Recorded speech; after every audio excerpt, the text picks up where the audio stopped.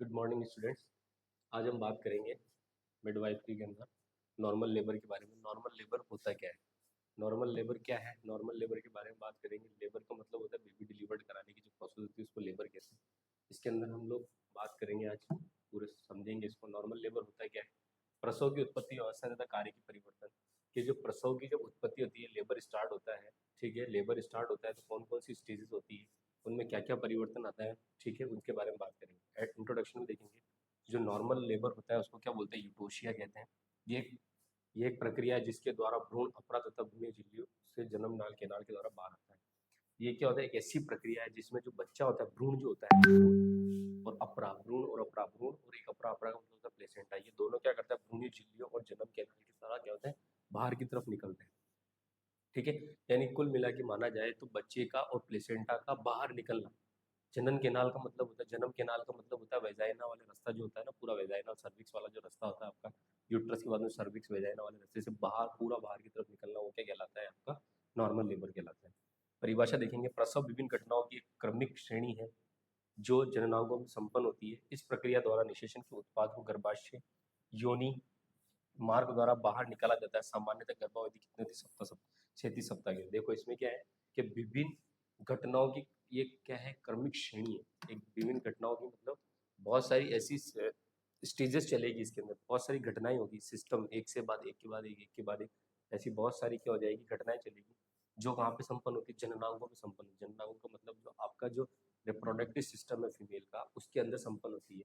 इस प्रक्रिया द्वारा निषेचन के उत्पाद जो होते हैं, इस प्रक्रिया द्वारा जो निषेचन का जो उत्पाद है, निषेचन का उत्पाद का मतलब अंदर जो उत्पाद प्रेजेंट है, चाहे बच्चा प्रेजेंट है, बेबी पूरा प्रेजेंट जो होता है ना भाई, फर्टिलाइजेशन के बाद में ही पूरी प्रोसेस बनती है, जिससे क्या बनता है, भ्रूण का फॉर्मेशन होता है, और वही क्या होता है, उत्पाद कहलाता है। क्या कहलाता है, उत्पाद कहलाता है। ये उत्पाद क्या होता है, योनि से बाहर की तरफ निकलता है, गर्भाशय द्वारा योनि से बाहर निकल जाता है। सामान्यतः गर्भावधि कितने सप्ताह की होती है, 37 सप्ताह की होती है।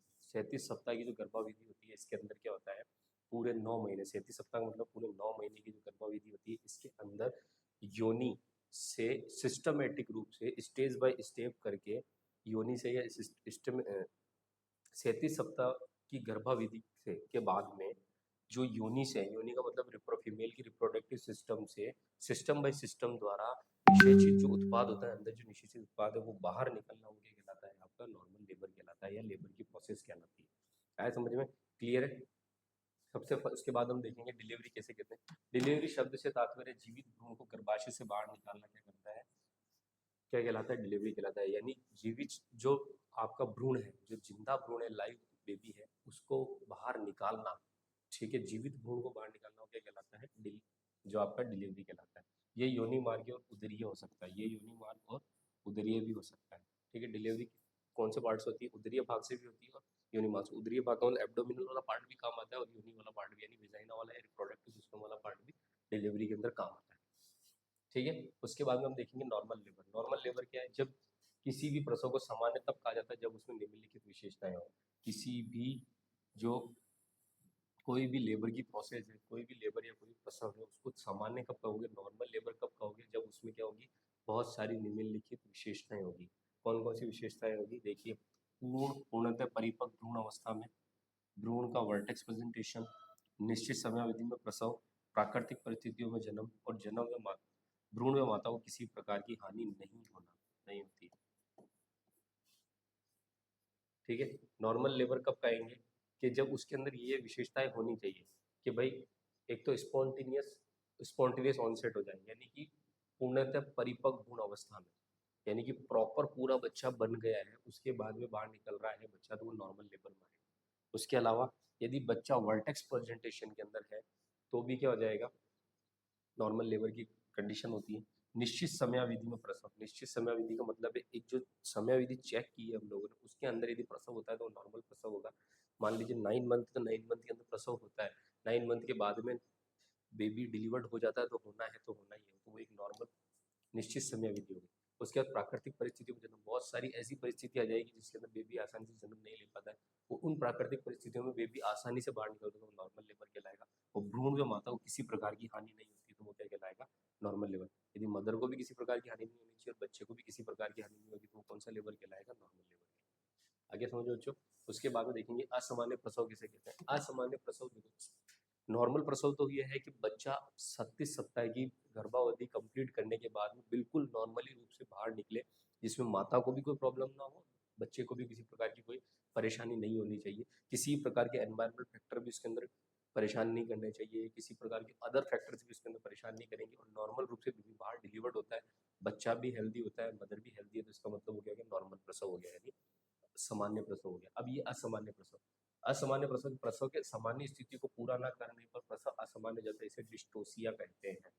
ठीक है, सामान्य प्रसव में क्या होता है, जो नॉर्मल जो स्टेप बाय स्टेप जो प्रोसीजर चल रही है वो पूरा नहीं कर पा करके पहले ही असामान्य हो जाना, लेबर जो हो जाता है, बच्चा जो बाहर निकलने में असामान्यता हो जाती है, उसको क्या कहते हैं, असामान्य प्रसव कहते हैं। यानी कि एक तो प्रसव होता है कि सिस्टमेटिक रूप से सामान्य स्थितियाँ पूरी करी और सामान्य स्थिति को पूरी करने के बाद बाहर निकला तो नॉर्मल लेबर हो गया, और सामान्य स्थितियाँ पूरी नहीं कर रहा, 9 महीने पूरे नहीं कर रहा, उससे पहले बेबी बाहर निकल गया, या बेबी को बाहर निकलते समय पे क्या है कि शोल्डर फंस जाता है अंदर, वेजाइना वाले पार्ट में जो है शोल्डर फंस गया, यूट्रस वाले पार्ट में, पेल्विक वाले पार्ट में शोल्डर फंस गया, या मान लीजिए ट्रांसफर लाई के अंदर बच्चा है, ट्रांसफर लाई का मतलब ट्रांसफर लाई के अंदर यानी टेढ़ा है बच्चा, ठीक है, तो इस कंडीशन में क्या जाता है कि नॉर्मल लेबर की प्रोसेस कंप्लीट नहीं होती, बेबी आसानी से बाहर निकल जाता है, तो उसे क्या कहते हैं, डिस्टोसिया कहते हैं, उसको क्या कहते हैं, असामान्य लेबर भी कहते हैं, क्या कहते हैं, डिस्टोसिया भी कहते हैं। असामान्य प्रसव होने के निम्नलिखित कारण हो सकते हैं। अब कौन कौन से कारण की वजह से क्या होता है, असामान्य लेबर हो सकता है, कौन कौन से कारण के, यदि प्रसव की अवधि सामान्य से अधिक हो जाए, यदि प्रसव 9 मंथ का 9 मंथ से 10 मंथ की तरफ चला जाए, 10 मंथ 11 मंथ तक चला जाए, हो ही नहीं रहे, पेन नहीं आ रहे, लेबर पेन स्टार्ट नहीं हो रहा, तो वो असामान्य अवधि हो सकती है।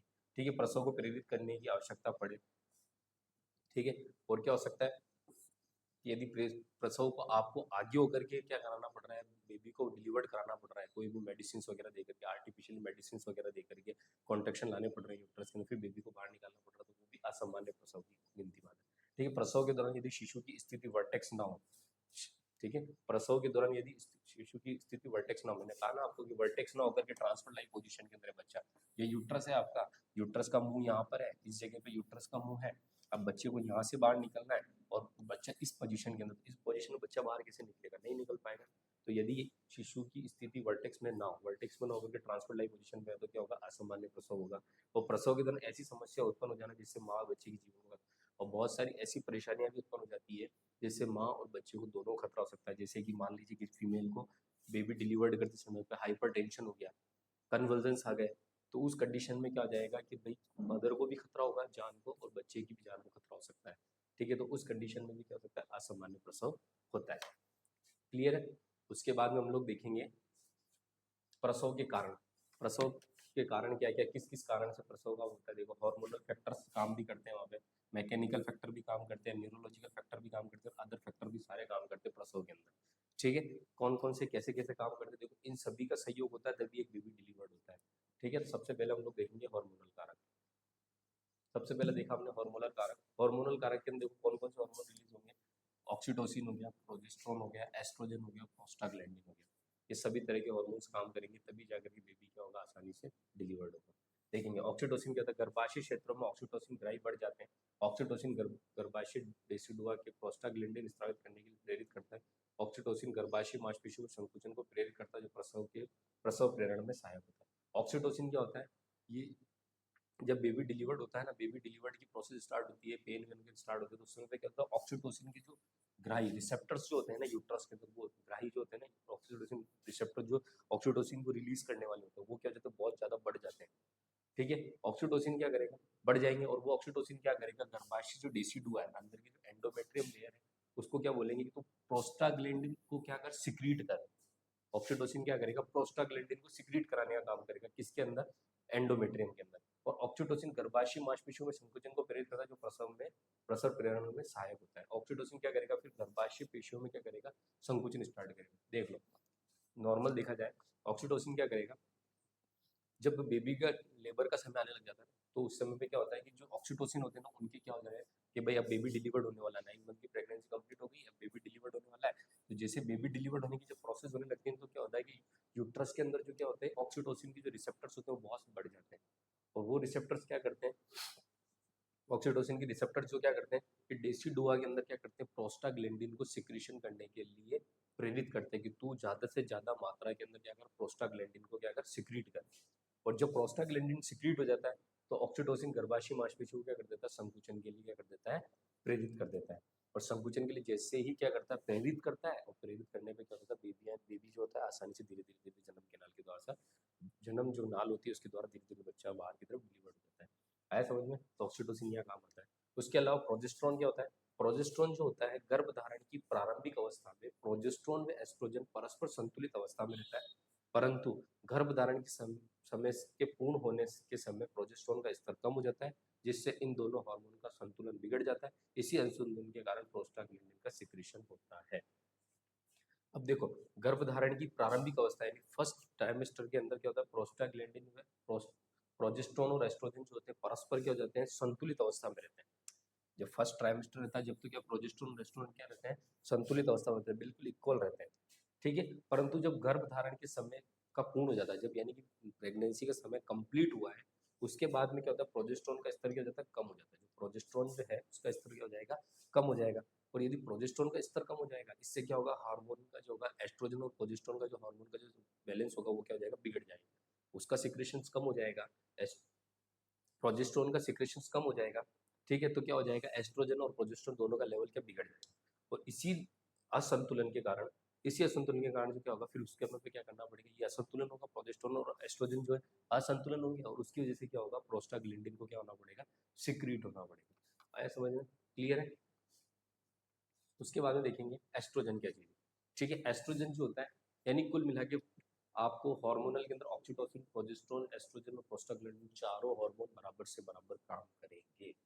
ठीक है, ठीक है, पूरी प्रेगनेंसी में भी हार्मोनल फैक्टर काम आते हैं, हार्मोनल्स काम आते हैं, और बेबी डिलीवर्ड करने में भी हार्मोन्स काम आते हैं। उसमें ऑक्सीटोसिन भी काम आता है और प्रोजेस्टेरॉन भी काम आता है। ऑक्सीटोसिन क्या करता है, जब बेबी डिलीवर्ड होने का समय होता है तो ऑक्सीटोसिन के रिसेप्टर्स जो होते हैं वो यूट्रस में बढ़ जाते हैं, उसकी वजह से क्या हो जाता है, डेसिडुआ में प्रोस्टाग्लैंडिन जो होता है वो क्या होता है, सिक्रीट होने लग जाता है। ऑक्सीटोसिन क्या करता है, प्रोस्टाग्लैंडिन को सिक्रीट होने के लिए बोलता है तो सिक्रीट हो, तो वो बहुत अधिक से अधिक अमाउंट में सिक्रीट होने लग जाता है, और जैसे सिक्रीट होता है तो वो क्या हो जाता है, लेबर को प्रेरित करने लग जाता है। ठीक है, और जैसे लेबर प्रेरित होता है तो यूट्रस के अंदर क्या लग जाते हैं, कॉन्ट्रैक्शन आने लग जाते हैं, ऑक्सीटोसिन की वजह से। सब काम ऑक्सीटोसिन की वजह से, ऑक्सीटोसिन की वजह से ही प्रोस्टाग्लैंडिन सिक्रीट हो रहा है। और जैसे जैसे प्रोस्टाग्लैंडिन सिक्रीट होगा तो ऑक्सीटोसिन की वजह से क्या होगा, गर्भाशय के अंदर क्या लग जाएगी, संकुचन लग जाएगी, और संकुचन आने में क्या होगा, जो क्या करेगा, लेबर की प्रोसेस के लिए बहुत ही जरूरी होता है। ऐसे प्रोजेस्टेरॉन क्या होता है, प्रोजेस्टेरॉन भी क्या होता है कि बॉडी के अंदर बहुत जरूरी है। ये क्या होता है, प्रारंभिक अवस्था जो होती है ना, फर्स्ट ट्राइमेस्टर के अंदर तो प्रोजेस्टेरॉन और एस्ट्रोजन लेवल बराबर रहता है, ठीक? लेकिन एक ऐसी समय आता है ना, जब गर्भावस्था पूर्ण हो जाती है, बेबी डिलीवर्ड होने के समय पे क्या हो जाता है कि प्रोजेस्टेरॉन और एस्ट्रोजन का लेवल जो गिर जाता है, यानी कि इसके अंदर जो होगा प्रोजेस्टेरॉन लेवल धीरे धीरे नीचे गिर जाएगा। जैसे धीरे धीरे नीचे गिरेगा प्रोजेस्टेरॉन का लेवल, तो एस्ट्रोजन और प्रोजेस्टेरॉन के बीच में असंतुलन हो जाएगा, और उस असंतुलन के कारण में क्या होता है कि जो प्रोस्टाग्लैंडिन है उसका सिक्रेशन हो जाता है, और सिक्रेशन होकर के बेबी डिलीवर्ड होने के लिए प्रोसेस स्टार्ट हो जाती है। फिर देख लो यहाँ पर वही आ गया, प्रोजेस्टेरॉन प्रोस्टाग्लैंडिन का सीक्रेट होगा, प्रोस्टाग्लैंडिन के सीक्रेट होने की वजह से ऑक्सीटोसिन, ऑक्सीटोसिन की वजह से प्रोस्टाग्लैंडिन का सीक्रेट होगा, प्रोस्टाग्लैंडिन के सीक्रेशन की वजह से मांसपेशियों में संकुचन आएगा, कॉन्ट्रैक्शन आएंगे, relaxation contraction relaxation contraction relaxation चलेगा, और उसकी वजह से क्या हो जाएगा, बेबी बाहर की तरफ डिलीवर्ड होने लग जाएगा। आया समझ में? तो हार्मोनल फैक्टर बहुत ज्यादा काम करता है। इसी तरीके से एस्ट्रोजन भी कोई ना कोई काम करता है हमारी बॉडी में। देखो, गर्भाधारण की अवधि के अंत में एस्ट्रोजन प्रोजेस्टेरॉन की तुलना में बढ़ जाता है। एस्ट्रोजन द्वारा प्रोस्टाग्लैंडिन स्रावित को प्रेरित किया जाता है, गर्भाशय मांसपेशियों में संकुचन के लिए उत्तरदायी प्रोटीन का निर्माण करता है। एस्ट्रोजन द्वारा पिट्यूटरी ग्लैंड से ऑक्सीटोसिन स्राव को प्रेरित किया जाता है। देख लो आगे समझ में। अब प्रोजेस्टेरॉन भी क्या करता है, प्रोजेस्टेरॉन भी बहुत जरूरी है। ठीक है, अब जो प्रोजेस्टेरॉन पढ़ा उसके बाद में एस्ट्रोजन भी हमारी बॉडी के अंदर बहुत जरूरी है। एस्ट्रोजन का भी होना, हार्मोनल सिक्रीट होना बहुत जरूरी है। क्यों जरूरी है कि एस्ट्रोजन भी क्या करता है, प्रोस्टाग्लैंडिन को सिक्रीट करने का काम करता है। और प्रोस्टाग्लैंडिन किसके वजह से सिक्रीट हो रहा है, ऑक्सीटोसिन की वजह से। ऑक्सीटोसिन प्रोस्टाग्लैंडिन को सिक्रीट होने के लिए बोलेगा, उसी तरीके से एस्ट्रोजन भी क्या होगा, प्रोस्टाग्लैंडिन को सिक्रीट होने के लिए बोल रहा है। तो जैसे ही प्रोस्टाग्लैंडिन, एस्ट्रोजन प्रोस्टाग्लैंडिन को सिक्रीट होने के लिए बोलेगा, तो जैसे ही प्रोस्टाग्लैंडिन सिक्रीट होगा उसकी वजह से क्या होगा, गर्भाशय की जो मांसपेशियां होगा उनके अंदर क्या हो जाएगा, संकुचन के लिए प्रोटीन का निर्माण हो जाएगा। किसका निर्माण हो जाएगा, एक प्रोटीन का निर्माण हो जाएगा। और एस्ट्रोजन द्वारा पिट्यूटरी ग्लैंड से ऑक्सीटोसिन सिक्रेशन को प्रेरित किया जाता है। और उसके बाद में एस्ट्रोजन द्वारा क्या किया जाएगा, पिट्यूटरी ग्लैंड को बोला जाएगा कि तू ऑक्सीटोसिन को ज्यादा से ज्यादा मात्रा में रिलीज कर, जिससे क्या होगा, कॉन्ट्रैक्शन स्टार्ट होंगे, बेबी बाहर डिलीवर हो जाएगा। इसी तरीके से प्रोस्टाग्लैंडिन भी बहुत जरूरी है। प्रोस्टाग्लैंडिन गर्भाशय संकुचन को बढ़ाकर प्रसव को प्रेरित करता है। इसका स्त्रवण एस्ट्रोजन यांत्रिकी क्रिया व भ्रूणीय झिल्लियों के फटने से प्रभावित होता है। ठीक है, प्रोस्टाग्लैंडिन क्या होता है, गर्भाशय संकुचन को बढ़ाता है और प्रसव को क्या करने का काम करता है, प्रेरित करता है, लेबर की प्रोसेस को स्टार्ट करता है, बेबी को बाहर धकेलने का काम करवाने का काम करता है। इसका स्त्रवण किसकी वजह से होता है, एस्ट्रोजन के कारण होता है और कुछ यांत्रिक क्रियाएं, ठीक है, जो मैकेनिकल जो क्रियाएं हैं, मैकेनिकल जो कारक कारक है, उनकी वजह से क्या होगा, भ्रूणीय झिल्लियां क्या हो जाती है, फट जाती है और उसकी वजह से क्या हो जाती है, प्रोस्टाग्लैंडिन भी वहां पे क्या कर देता है, संकुचन को बढ़ा देता है। आया समझ में, क्लियर है। उसके बाद में हम लोग देखेंगे ये मैकेनिकल फैक्टर। मैकेनिकल फैक्टर भी बहुत जरूरी होते हैं, ठीक है, बेबी को डिलीवर कराने। यांत्रिक कारक का अर्थ है गर्भाशय संरचना में कार्य के द्वारा प्रसव क्रियाओं को का प्रभावित होना। यांत्रिक कारकों में निम्नलिखित कारकों को सम्मिलित किया जाता है। यांत्रिक कारक जो होती है बहुत, इनका अर्थ होता है गर्भाशय संरचना में कार्य के द्वारा प्रसव क्रिया का प्रभावित होना। प्रसव प्रसव क्रिया का प्रभावित होना। यांत्रिकी कारक का अर्थ है गर्भाशय संरचना जो होती है उसकी कार्य की और कार्य उसके कार्य उसकी संरचना व कार्य के द्वारा प्रसव क्रिया प्रभावित हो जाती है। ठीक है, यांत्रिकी कारक के कारण क्या होता है, जो गर्भाशय संरचना होती है और कार्य होते हैं गर्भाशय संरचना के, एक उसके द्वारा क्या जाता है, वो क्रिया प्रभावित हो जाती है। यांत्रिकी कारकों में निम्नलिखित कारकों को सम्मिलित, कौन कौन से कारक होते हैं, एक तो गर्भाशय विस्तारक होते हैं, गर्भस्थ शिशु की क्रिया। ठीक है, अब इसमें हम देखेंगे आगे गर्भाशय गर्भाशय विस्तार क्या होता है। गर्भावस्था के दौरान जैसे जैसे शिशु का आकार बढ़ता है वैसे वैसे गर्भाशय का आकार भी बढ़ जाता है और एमनियोटिक द्रव में गर्भाशय भित्ति में खिंचाव उत्पन्न हो जाता है। ठीक है, जैसे जैसे अब गर्भाशय विस्तार का मतलब होता है गर्भाशय का बड़ा होना। जैसे जैसे बच्चा इतना था इतने धीरे धीरे जैसे जैसे बड़ा होगा, जैसे जैसे बच्चा बड़ा होता जाएगा वैसे गर्भाशय के अंदर क्या होने लग जाएगा, बड़ा होने लग जाएगा, यूट्रस यूट्रस बड़ा होने लग जाएगा।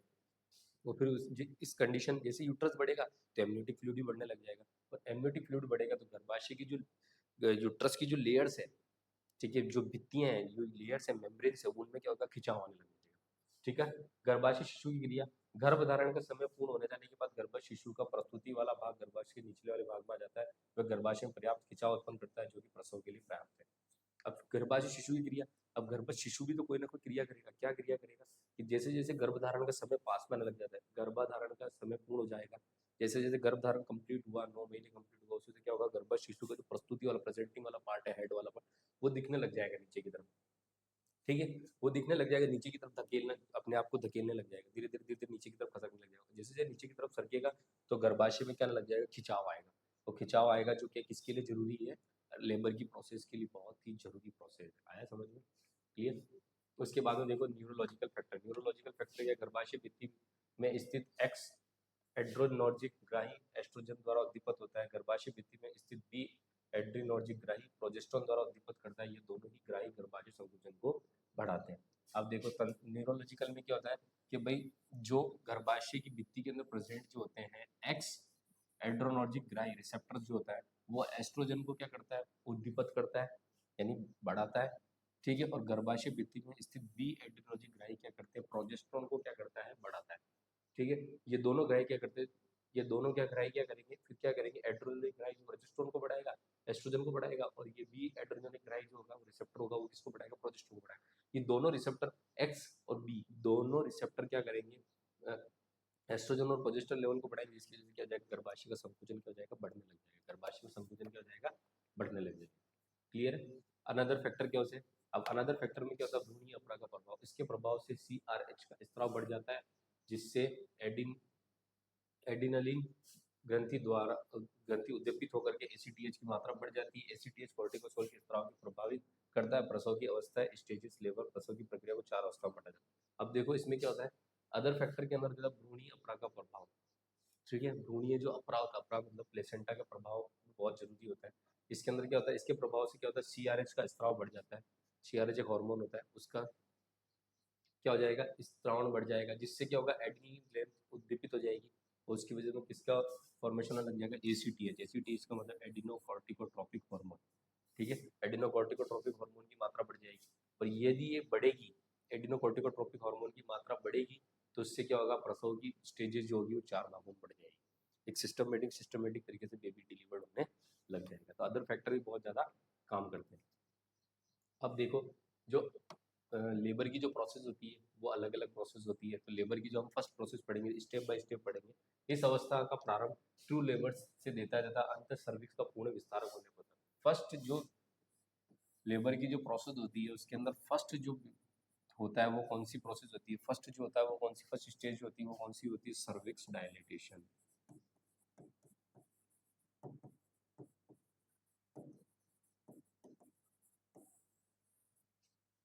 ठीक है, फर्स्ट जो होती है वो क्या होती है, cervix dilatation. First cervix dilatation होती है। ये कब स्टार्ट होता है, ट्रू लेबर स्टार्ट हुआ, ट्रू लेबर लेबर पेन से लेकर के सर्विक्स डायलिटेशन तक।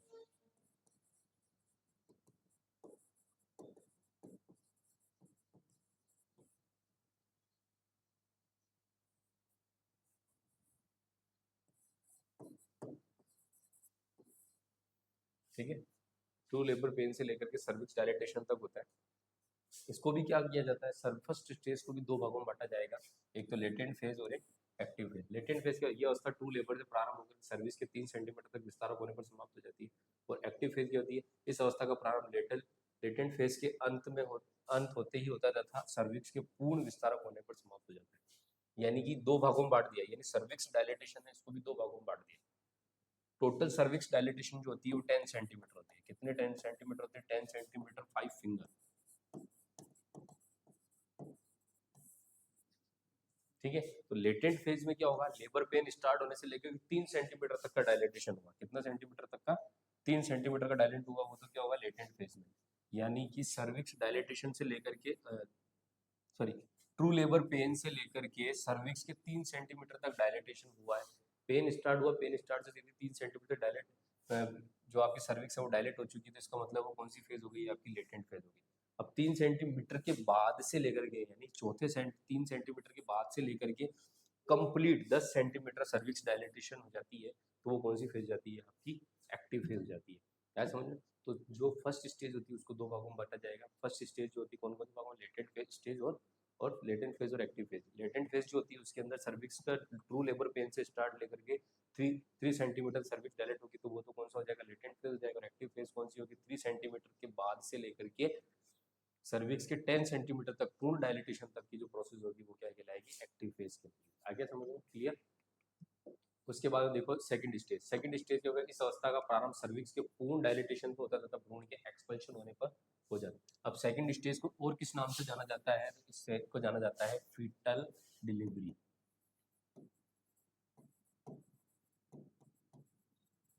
और किस नाम से जाना जाता है इस अवस्था को, फीटल डिलीवरी के नाम से जाना जाता है। अब सर्विक्स के पूर्ण डायलिटेशन 10 सेंटीमीटर पूर्ण डायलिटेशन हो गया, वहां से लेकर के बेबी बाहर निकल रहा है, बाहर निकल गया बेबी, एक्सपल्शन हो गया, भ्रूण बाहर की तरफ निकल चुका है, वहां तक की जो प्रोसेस होती है वो कौन सी कहलाती है, सेकंड स्टेज कहलाती है। आगे समझ में? यानी कि सर्विक्स के पूर्ण डायलिटेशन से लेकर के लास्ट बेबी डिलीवर्ड होने तक की जो प्रोसेस होती है वो किसमें जाती है, सेकंड स्टेज में। अब थर्ड स्टेज में क्या होता है, इस अवस्था का प्रारंभ भ्रूण के एक्सपल्शन से होता है और अपराध तथा भ्रूणी झिल्लियों के उत्सर्जन पर होता है। अब ये जो स्टेज होती है ये कहाँ से स्टार्ट होगी, अब बेबी डिलीवर्ड हो गया, अब बेबी डिलीवर्ड के बाद से लेकर के जो अपरा है, प्लेसेंटा है, वो बाहर निकल गया, और जो मेम्ब्रेन्स वगैरह है वो सब बाहर निकल गई, वहां तक की जो प्रोसेस किसमें कहलाएगी, थर्ड स्टेज में कहलाएगी।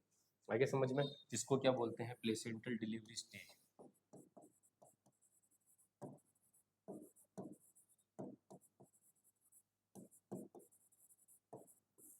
Placental delivery stage. और लास्ट स्टेज कौन सी होती है, फोर्थ स्टेज।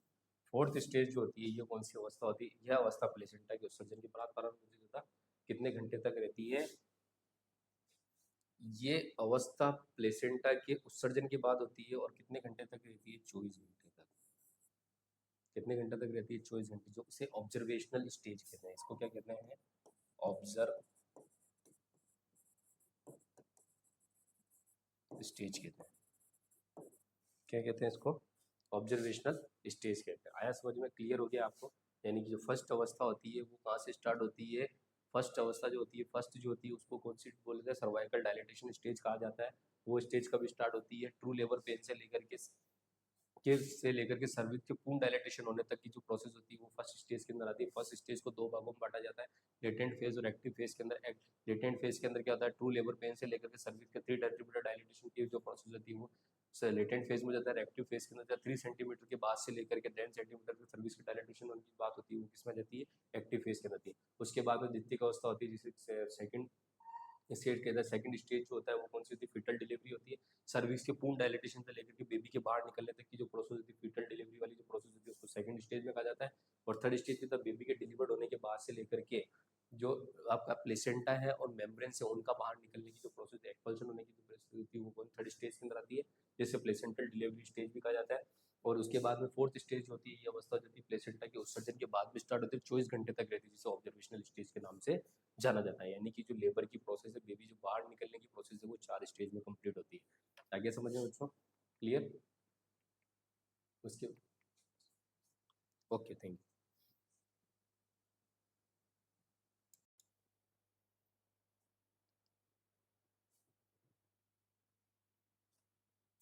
आज हम बात करेंगे साइन एंड सिम्टम्स और true and false labour pain के बारे में, कि ट्रू और फॉल्स लेबर पेन होता क्या है। ट्रू तथा फॉल्स लेबर पेन के चिन्ह तथा लक्षण अलग अलग होते हैं। फॉल्स लेबर पेन, सबसे पहले हम बात करेंगे फॉल्स लेबर पेन की। तो इस प्रकार का जो पेन होता है वो फॉल्स लेबर पेन या सुपीरियस लेबर भी कहते हैं। इस प्रकार के में क्या होता है, पीड़ा सामान्यतः मल्टीग्रेविडा की तुलना में प्राइमरी ग्रेविडा में अधिक होती है। इसमें क्या होता है कि जो फॉल्स लेबर पेन होता है, इसके अंदर जो होता है, क्या होता है कि मल्टी ग्रेविडाई की तुलना में प्राइमरी ग्रेविडाई के अंदर जो पहली बार फीमेल प्रेगनेंसी कंसीव करती है, उसके अंदर सबसे ज़्यादा देखने को मिलता है, ये पेन देखने को मिलता है, फॉल्स लेबर पेन देखने को मिलता है। मल्टी ग्रेविडा में बहुत कम देखने को मिलता है। ठीक है। इस सामान्यतः ट्रू लेबर पेन से पूर्व उत्पत्ति होती है, और इसकी कब होती है उत्पत्ति, ट्रू लेबर पेन से पहले ही फॉल्स लेबर पेन आना स्टार्ट हो जाता है। ठीक है। मल्टी ग्रेविडा में फॉल्स लेबर का समय कुछ दिनों तक, जबकि प्राइमरी ग्रेविडा में 2 सप्ताह तक होता है। मल्टी ग्रेविडा में फॉल्स लेबर पेन जो होता है वो बहुत कम देखने को मिलता है, कुछ समय के लिए देखने को मिलता है, जबकि प्राइमरी ग्रेविडा के अंदर क्या होता है, 2 सप्ताह तक इसका पेन जो है वो देखने को मिलता है। क्लियर है? 2 सप्ताह तक इसका पेन देखने को मिलता है। मल्टी ग्रेविडा में कब तक देखने को मिलता है, कुछ समय के लिए, और प्राइमरी ग्रेविडा में कब तक देखने को मिलता है, 2 सप्ताह तक होता है। 2 सप्ताह तक जो होता है फॉल्स लेबर पेन देखने को मिलता है। ठीक है। उसके बाद हम देखेंगे क्या क्या सिम्टम्स आते हैं ट्रू लेबर पेन के अंदर, फॉल्स लेबर पेन के अंदर। गर्भाशय संकुचन जो होता है, ठीक है, यूट्राइन कॉन्ट्रैक्शन जो होता है, यूट्राइन कॉन्ट्रैक्शन जो होता है वो सदैव उपस्थित रहता है ट्रू लेबर पेन के अंदर। उदरीय डिस्कम्फर्ट होता है और तनाव की उपस्थिति होती है। ठीक है। यानी ट्रू लेबर पेन है, यानी कि क्या होगा कि उपस्थित भी होगा, जो गर्भाशय कॉन्ट्रैक्शन होंगे उपस्थित होंगे, उदरीय डिस्कम्फर्ट होगा, तनाव की स्थिति होगी, यूट्रस खिंचा खिंचा रहेगा, क्योंकि बेबी को डिलीवर्ड होना है इस कंडीशन के अंदर। ठीक है। और फॉल्स लेबर पेन के अंदर क्या होता है, उपस्थित नहीं होता है और इसमें सदैव पीड़ा नहीं होती है। ठीक है। इसमें क्या होता है, ये जो लेबर पेन होता है, फॉल्स लेबर पेन, ये क्या होता है, सदैव उपस्थित नहीं होता है और इसमें क्या होता है, पीड़ा नहीं होती है। ठीक है। सर्विक्स में जो परिवर्तन होता है वो कितना होता है, इसके अंदर 3.60 से अधिक हो जाता है, और इसके अंदर 3 से 4 मिनट का समय लगता है। ठीक है। इसमें 3 से 60 सेकंड के अंदर ही हो जाता है। ठीक है। इससे अधिक समय का लगता है, और इसमें 3 से 4 मिनट का समय लगता है। ठीक है। मेम्ब्रेन जो होती है, पेट की दर्द जो उपस्थित होता है ट्रू लेबर पेन के अंदर, इसमें पीठ का दर्द क्या होता है, उपस्थित नहीं होता है। शो क्या होता है, इसके अंदर थोड़ा सा शो उपस्थित होता है, शॉर्ट एंड होता है, सर्विक्स ओस का विस्तारक होता है, इसमें झिल्लियां में संकुचन होता है, झिल्लियों में खिंचाव हो जाता है, सामान्य मौजूद होता है। इसमें क्या होता है, ट्रू लेबर पेन का बेबी को बाहर निकलने की प्रोसेस है। ट्रू लेबर पेन तब आता है जब बेबी बाहर निकलने की प्रोसेस है। तो इसमें क्या होता है, ये शॉर्ट एंड होता है, कुछ समय के लिए होता है। सर्विक्स ओस जो होता है, सर्विक्स और इंटरनल ओस वगैरह जो होते हैं, उनका क्या होने लग जाता है, विस्तार होने लग जाता है। झिल्लियां जो होती है उनमें भी संकुचन होने लग जाता है, झिल्लियां फिटने की देरी होने लग जाती है, उनमें खिंचाव होने लग जाता है, क्योंकि अब झिल्लियां जो होगी वो फटेगी, तभी बेबी बाहर की तरफ निकलने की कोशिश होगी। और इसके अंदर क्या होता है, सर्विक्स शॉर्टेड नहीं होगी, सर्विक्स वैसी की वैसी रहेगी, इंटरनल लॉस भी है जैसा का जैसा रहेगा, विस्तारित नहीं होगा, किसी प्रकार का झिल्लियों में कोई तनाव नहीं रहेगा, और सामान्य उपस्थिति होती है, और ये नॉर्मल रहेगा। ठीक है। इसके अंदर किसी प्रकार का कोई चेंजेस नहीं होगा, केवल पेन होगा लेकिन चेंजेस नहीं होगा। इसमें पेन के साथ में सारी चीज़ों में चेंजेस भी आने लगे। आया समझ में? उसके बाद में देखेंगे हम लोग इसके अंदर गर्भाशय पेशियों परिवर्तन के, गर्भाशय का भार जो होगा, इसके अंदर गर्भधारण से पूर्व जो होगा गर्भाशय का भार कितना होता है, 50 ग्राम होता है, और गर्भावस्था के दौरान कितना हो जाता है, 1000 ग्राम का हो जाता है। ठीक है। गर्भाशय जो आयतन है वो क्या जाता है, गर्भधारण से पहले तो कुछ नहीं, जीरो रहता है, उसके बाद में क्या जाता है, आपके 5 लीटर का हो जाता है कम से कम। आकार जो होता है, गर्भधारण से पहले तो लंबवत रहता है, और गर्भावस्था के दौरान अंडाकार तो होता है, 2 माह में अंडाकार हो जाता है। ठीक है। 4 माह में गोलाकार हो जाता है, और 9 माह में लंबवत हो जाती है सी आकार जो होता है। ठीक है। मांसपेशी संरचना परिवर्तन, ठीक है, मांसपेशी संरचना में परिवर्तन क्या आता है, बाह्य परत पेशियां अनुदैर्ध्य होती है, 2 मध्य संवेदनीय परत होती है, 3 आंतरिक वर्तुल पेशियां होती है। ठीक है। गर्भावस्था के दौरान मध्य परत सर्वाधिक मजबूत होती है, जिसमें पेशिया क्राइसिस क्रॉस के रूप में जमी होती है, ठीक है, दिखाई देती है। इस परत को लिविंग लिग्नेचर लिगेचर कहते हैं, ठीक है। गर्भाशय की लंबाई जो होती है वो 7.5 सेंटीमीटर होती है, इसमें कितनी 35 सेंटीमीटर होती है, ठीक है। गर्भाशय की चौड़ाई जो होती है इसमें 5 सेंटीमीटर होती है और इसके अंदर 22.5 सेंटीमीटर होती है। गर्भाशय की मोटाई कितनी होती है, इसमें 2.5 सेंटीमीटर की प्रेगनेंसी से गर्भधारण करने से पहले, और इस प्रेगनेंसी के दौरान कितनी जाती है, गर्भधारण के दौरान कितनी जाती है, 20 सेंटीमीटर जाती है। आगे समझ में क्लियर। उसके बाद सर्विक्स में क्या परिवर्तन होता है, सर्विक्स के अंदर कुछ परिवर्तन नहीं होता है। प्रेगनेंसी से पहले कोई सर्विक्स में कोई परिवर्तन नहीं, बेबी कंसीव नहीं हुआ उससे पहले सर्विक्स में कोई परिवर्तन नहीं होगा। सर बेबी कंसीव होने के बाद में सर्विक्स में बहुत सारे परिवर्तन, गर्भावस्था के दौरान 12 सप्ताह के बाद में सर्विक्स सॉफ्ट हो जाएगी, गोल्डन साइन दिखने लग जाएंगे, सर्विक्स में रक्त संवहन बढ़ जाएगा, इसका आकार व आयतन में लंबाई दुगनी हो जाती है, सर्विक्स में म्यूकस ग्रंथियां बढ़ जाती है।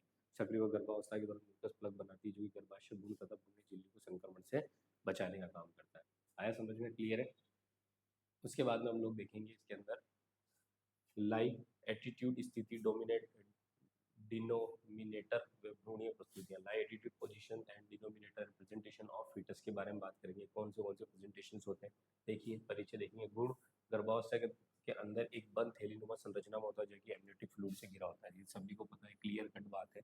क्लियर बात है कि जो भ्रूण होता है गर्भाशय के अंदर रहता है, एक थैलीनुमा संरचना होती है, उसके अंदर बंद होता है, और वो जो थैलीनुमा संरचना होती है उसके अंदर जो भरा फ्लूइड भरा होता है वो कौन सा होता है, एमनियोटिक फ्लूइड होता है, जिससे जो बच्चा होता है वो क्या होता है, भ्रूण जो होता है घिरा हुआ होता है, ठीक है। प्रसव परीक्षण के दौरान भ्रूण से संबंधित विभिन्न स्थितियों का पता लगाया जाता है, जिसके आधार पर गंभीर अवस्था की गर्भावस्था का पता लगाया जा सकता है, जिससे समय पर गर्भवती महिला भ्रूण की देखरेख करके मातृ मृत्यु दर, भ्रूणीय मृत्यु दर और विभिन्न प्रकार की जन्मजात रोगों की उपस्थिति से बचाव कर सकते हैं। क्या करेंगे आप, प्रसव परीक्षण के दौरान, प्रसव की प्रेगनेंसी के दौरान आप परीक्षण के दौरान क्या कर सकते हैं, किसी भी प्रकार की कोई गंभीर अवस्था है तो उसका पता लगा सकते हो और प्रॉपर साइड टाइम पर ट्रीटमेंट ले सकते हो, ताकि क्या कर सकते हो आप लोग, माता की मृत्यु दर और बच्चे की जो मृत्यु दर है उसको क्या कर सको, कम कर सको, और जन्मजात जो रोग होते हैं, जो कंजेनाइटल एनोमलीज उनको भी रोका जाए। तो मान लीजिए कोई बच्चा है यूट्रस के अंदर है, ठीक है, उसके अंदर माइक्रोसिफेली है या एननसिफेली है, इस कंडीशन के अंदर क्या होगा कि आप लोग उसको बच्चे को क्या करते हैं, एननसिफेली का मतलब होता है मस्तिष्क का भाव। अब आपने क्या किया, प्रसव प्रसव के अंदर परीक्षण किया है, प्रेगनेंसी के दौरान आपने क्या किया, एग्जामिनेशन किया, तो उसके अंदर आपको पता पड़ा है किसी बच्चे के अंदर एननसिफेली है, तो आप क्या करेंगे, उस बच्चे को उसी समय पे क्या कर देंगे, अबॉर्ट कर देंगे। यदि आप अबॉर्ट नहीं करते हैं तो बिना मस्तिष्क वाला बच्चा पैदा होता है, बिना मस्तिष्क वाला बच्चा क्या होता है, बाहर सर्वाइव नहीं कर पाएगा। मस्तिष्क ही नहीं होगा तो उसकी बॉडी कैसे काम करेगी, सांस कैसे लेगा, कुछ नहीं लेगा, तो बच्चा क्या होगा, जब पैदा होगा तो वो कौन सा पैदा होगा, स्टिल बर्थ बेबी पैदा होगा, यानी जन्मजात मरा हुआ बच्चा पैदा होगा। तो ऐसी जन्मजात विकृति से बचने के लिए आपको क्या करना पड़ेगा, पहले से परीक्षण करना पड़ेगा। परीक्षण के दौरान आपको यदि किसी प्रकार की कोई प्रॉब्लम लगती है, ठीक है, इस प्रकार की कोई कॉम्प्लिकेशंस देखने को मिलते हैं, क्या करना होता है, प्रेगनेंसी को वहीं टर्मिनेट कर दिया जाता है, ठीक है, ताकि क्या किया जा सके, महिला मृत्यु दर और भ्रूण मृत्यु दर, गर्भवती महिला की जो मृत्यु दर है, भ्रूण की मृत्यु दर, उसको क्या किया जा सके, आसानी से पहले ही रोका जा सके, और जन्मजात जो विकृति है उनसे भी बच्चे को बचाया जा सके। आया समझ में, क्लियर है। उसके बाद में देखेंगे भ्रूण की गर्भावस्था की स्थिति को जानने के लिए भ्रूण से संबंधित निम्न टर्म्स के लिए भ्रूण से संबंधित निम्न टर्म्स के बारे में जानकारी होना आवश्यक है, ठीक है। कौन कौन सी टर्म्स होनी चाहिए गर्भावस्था को जानने के लिए, ये लाइव भी होता है, प्रेजेंटेशन होता है, पोजीशन होता है, एटीट्यूड होता है, ठीक है। इन सभी के बारे में एक एक के बारे में पढ़ेंगे। अभी लाई क्या चीज होती है, लाई देखेंगे। लाई अवस्थी होती है, अवस्थी तात्पर्य भ्रूण की लॉन्ग एक्सिस, लंबवत अक्ष व गर्भाशय की स्पाइन के मध्य संबंध होता है, ठीक है। गर्भाशय जो होता है स्पाइन के परस्पर खड़ा होता है, ठीक है, उसको क्या बोलते हैं, लाइव प्रेजेंटेशन कहते हैं। इसमें सामान्यतः लाई तीन प्रकार का होता है, अनुदैर्घ्य अवस्थित, लॉन्गिट्यूडनल लाई। इस प्रकार के लाई में भ्रूण गर्भाशय स्पाइन समांतर स्थिति में होता है। सामान्यतः 99.5% प्रसवावस्था में भ्रूण की अवस्थिति अनुदैर्घ्य होती है, ठीक है। लॉन्गिट्यूडनल अवस्था के अंदर ही बच्चा क्या होता है, बेबी बाहर की तरफ निकलता है। यदि स्पाइन के इस तरीके से, स्पाइन के बराबर बच्चा होगा, इस तरीके से, ये है हेड और ये पैर है, इस तरीके से पैर है, बच्चा इस तरीके की अवस्था में होगा तो क्या होगा, बच्चा आसानी से क्या हो जाएगा, बेबी डिलीवर्ड हो जाएगा। और सामान्यतः कितने परसेंट देखने को मिलता है, 99.5% जो होता है वो कौन सी अवस्था देखने को मिलती है, लॉन्गिट्यूडनल लाई देखने को मिलती है, ठीक है। उसके बाद में है ऑब्लिक लाई। इस स्थिति के दौरान भ्रूण मैटरनल स्पाइन से तिरछी स्थिति में होता है। अब इसमें क्या होता है कि स्पाइनल कॉर्ड, तो ये स्पाइनल कॉर्ड है, ये आपकी स्पाइनल कॉर्ड है, क्या है, ये तो लाइव प्रेजेंटेशन हो गया। अब बच्चा इस तरीके से होगा ना, इस तरीके, हेड तो ये है और पैर इस तरीके से, तो बच्चा इस तरीके से होगा तो वो कौन सी हो जाएगी, आपकी ऑब्लिक लाइन, ठीक है। और ट्रांसफर लाइन में क्या होगा, बच्चा इस तरीके से होगा, ठीक है। यदि इस तरीके से होगा तो वो क्या हो जाएगा, ट्रांसफर लाइन हो जाएगा, ठीक है। इस पर अब देखिए नीचे ट्रांसफर लाइन, इस प्रकार की अवस्थिति में भ्रूण अक्ष गर्भाशय स्पाइन से 90 डिग्री के कोण पर स्थित होता है। अब देखिए 90 डिग्री का कोण बना, ये 90 डिग्री का कोण बना, तो ये कौन सा होता है? ट्रांसफर लाइन होता है। यानी इस तरीके की कंडीशन के अंदर बच्चे को बाहर निकालना आसान नहीं होता है। आप ओनली फॉर लॉन्गिट्यूडनल कंडीशन के अंदर बच्चे को बहुत आसानी से बाहर निकाल सकते हैं, आसानी से बेबी डिलीवर्ड हो जाता है। ऑब्लिक कंडीशन में बहुत कॉम्प्लिकेशंस आते हैं बेबी को डिलीवर्ड होने में, लेकिन ट्रांसफर लाइन के अंदर पूरे कॉम्प्लिकेशंस ही होते हैं। ट्रांसफर लाइन में आसानी से बच्चे को नहीं बाहर निकाला सकता, बेबी डिलीवर्ड नहीं कर सकता, उसके लिए LSCS की जरूरत पड़ सकती है। ठीक है, उसके बाद में हम लोग देखेंगे प्रेजेंटेशन। भ्रूणीय भाग जो कि गर्भाशय के निचले ध्रुव पर स्थित होते हैं, प्रेजेंटिंग पार्ट कहलाते हैं। ठीक है, भ्रूण की ये अवस्था प्रस्तुति प्रेजेंटेशन कहलाती है। ठीक है, जो भ्रूण के अंदर जो नीचे की तरफ निचले ध्रुव के ऊपर जो पार्ट होते हैं वो क्या कहलाते हैं? उसके प्रेजेंटिंग पार्ट कहलाते हैं, और यही जो उसका क्या होता है? प्रेजेंटेशन कहलाता है। ठीक है बच्चे को भ्रूणीय प्रस्तुति मुख्यतः निम्न प्रकार की होती है। तो होती है सिफेलिक प्रेजेंटेशन, एक होती है ब्रिज प्रेजेंटेशन। सिफेलिक प्रेजेंटेशन होती है ये एक सामान्य प्रकार की प्रेजेंटेशन होती है। इसमें क्या होता है? इस प्रकार की प्रस्तुति में भ्रूण का सिर्फ प्रेजेंटिंग पार्ट होता है जो कि गर्भाशय के निचले ध्रुव पर स्थित सामान्यतः 96.5% प्रसव के दौरान जो होता है वो कौन सा देखने को मिलता है? प्रेजेंटेशन देखने को मिलता है, वो देखने को मिलता है सिफेलिक प्रेजेंटेशन। ये सबसे सामान्य प्रकार का प्रेजेंटेशन होता है, क्योंकि इसमें हेड वाला पार्ट जो होता है वो कहाँ पे होता है? नीचे के कोण पे होता है, निचले ध्रुव पे स्थित होता है। और प्रेजेंटेशन के दौरान जब आप PV करते हैं, पर वेजाइनल एग्जामिनेशन करते हैं, तो वहाँ पे क्या देखने को मिलता है आपको? सिफेलिक प्रेजेंटेशन के अंदर हेड वाला पार्ट देखने को मिलता है। ठीक है, विपरीत प्रस्तुति यानी ब्रिज प्रेजेंटेशन, इस प्रकार की प्रेजेंटेशन में प्रेजेंटिंग भाग के रूप में भ्रूण के बटक्स, लेग, पैर होते हैं। 3% प्रसव अवस्था में इस प्रकार की प्रस्तुति देखी जाती है। सबसे कम 3% की अवस्था के अंदर कौन सी ब्रिज प्रेजेंटेशन देखी जाती है? क्योंकि इसके अंदर जो प्रेजेंटेशन पार्ट जो होता है, प्रेजेंटिंग पार्ट जो होता है, फील करने पर वेजाइनल एग्जामिनेशन करने को बटक्स और लेग दिखाई देते हैं। और ये कितना परसेंट देखने को मिलता है? 3% ही देखने को मिलता है। उसके बाद देखेंगे शोल्डर प्रेजेंटेशन। इस प्रकार के प्रेजेंटेशन प्रस्तुति भाग के रूप में कंधे होते हैं। जब यदि शोल्डर वाला पार्ट हो जाएगा तो शोल्डर प्रेजेंटेशन हो जाएगा। ब्रिज प्रेजेंटेशन के अंदर पैर और बटक्स देखने को मिलेंगे, और सिफेलिक प्रेजेंटेशन के अंदर हेड वाला पार्ट प्रेजेंटिंग पार्ट में देखने को मिलेगा। आया समझ में? जब बेबी डिलीवर्ड होगा तो उसमें जो प्रेजेंटेशन फर्स्ट पार्ट जो प्रेजेंटेशन में आएगा, बाहर की तरफ निकलता हुआ नजर आएगा, वो प्रेजेंटेशन कहलाता है। आया समझ में? क्लियर? उसके बाद में देखेंगे प्रेजेंटिंग पार्ट। प्रेजेंटिंग पार्ट और वर्टेक्स प्रेजेंटेशन के अंदर देखेंगे भ्रूणीय प्रस्तुति के दौरान गर्भाशय के निचले भाग में उपस्थित भ्रूणीय अंगों को प्रेजेंटिंग पार्ट कहते हैं। वर्टेक्स प्रेजेंटेशन में इस प्रकार की प्रस्तुति में दौरान भ्रूण के प्रेजेंटिंग पार्ट निम्नलिखित प्रकार के होते हैं। सिर मुख्यतः प्रस्तुति अंग होता है। इस प्रकार की प्रस्तुति में फीटस डिफ्लेक्स हेड होता है, वेल फ्लेक्स्ड हेड युक्त होता है। ब्रो प्रेजेंटेशन में संस्थान भ्रूण की प्रेजेंटिंग पार्ट होते हैं। फेस प्रेजेंटेशन, इस प्रकार की प्रेजेंटिंग में भ्रूण का फेस मुख्यतः प्रस्तुति भाग होता है। वर्टेक्स प्रेजेंटेशन में क्या होता है? इस प्रकार की प्रस्तुति में भ्रूण के प्रेजेंटिंग पार्ट निम्नलिखित प्रकार के होते हैं। सिर मुख्यतः प्रस्तुति अंग होता है। इस प्रकार की प्रस्तुति में फीटस डिफ्लेक्स्ड हेड हो सकता है या वेल फ्लेक्स्ड हेड हो सकता है। देखिए वर्टेक्स प्रेजेंटेशन जो होता है ना, इसके अंदर क्या होता है? या तो बच्चे का सिर इस तरीके से हो, सिर इस तरीके से झुका हुआ हो तो भी दिक्कत आएगी। ठीक है, सिर पीछे की तरफ मुड़ा हुआ हो तो भी दिक्कत आएगी। सिर बिल्कुल किस तरीके से होना चाहिए? इस तरीके से। सिर ऐसा कैसा होना चाहिए? सिर यदि इस तरीके से झुका होगा, झुक करके बाहर की तरफ आएगा। मान लीजिए कोई भी बच्चा है, यूट्रस है, ये यूट्रस का मुंह है, ये इस तरीके से यूट्रस है। ठीक है, अब किसी बच्चे का सिर इस तरीके से निकला हो, इस तरीके से बॉडी स्ट्रक्चर है, सिर ये है, पीछे वाला पार्ट, सिर का जो पीछे वाला पार्ट प्रेजेंटिंग पार्ट बन रहा है। ठीक है, या सिर इस तरीके से है, या सिर क्या है? इस तरीके से, इस तरीके से घूम करके इस तरीके, ये पीछे वाला पार्ट इस तरीके से, या तो वेल फ्लेक्स्ड है या इस तरीके से डिफ्लेक्स्ड है। ठीक है, ब्रो प्रेजेंटेशन में सस्ता भ्रूण का प्रेजेंटिंग पार्ट क्या होता है? ब्रो होता है। ब्रो वाला पार्ट जो होता है वो क्या होता है? प्रेजेंटिंग पार्ट होता है। फेस प्रेजेंटेशन में क्या होता है?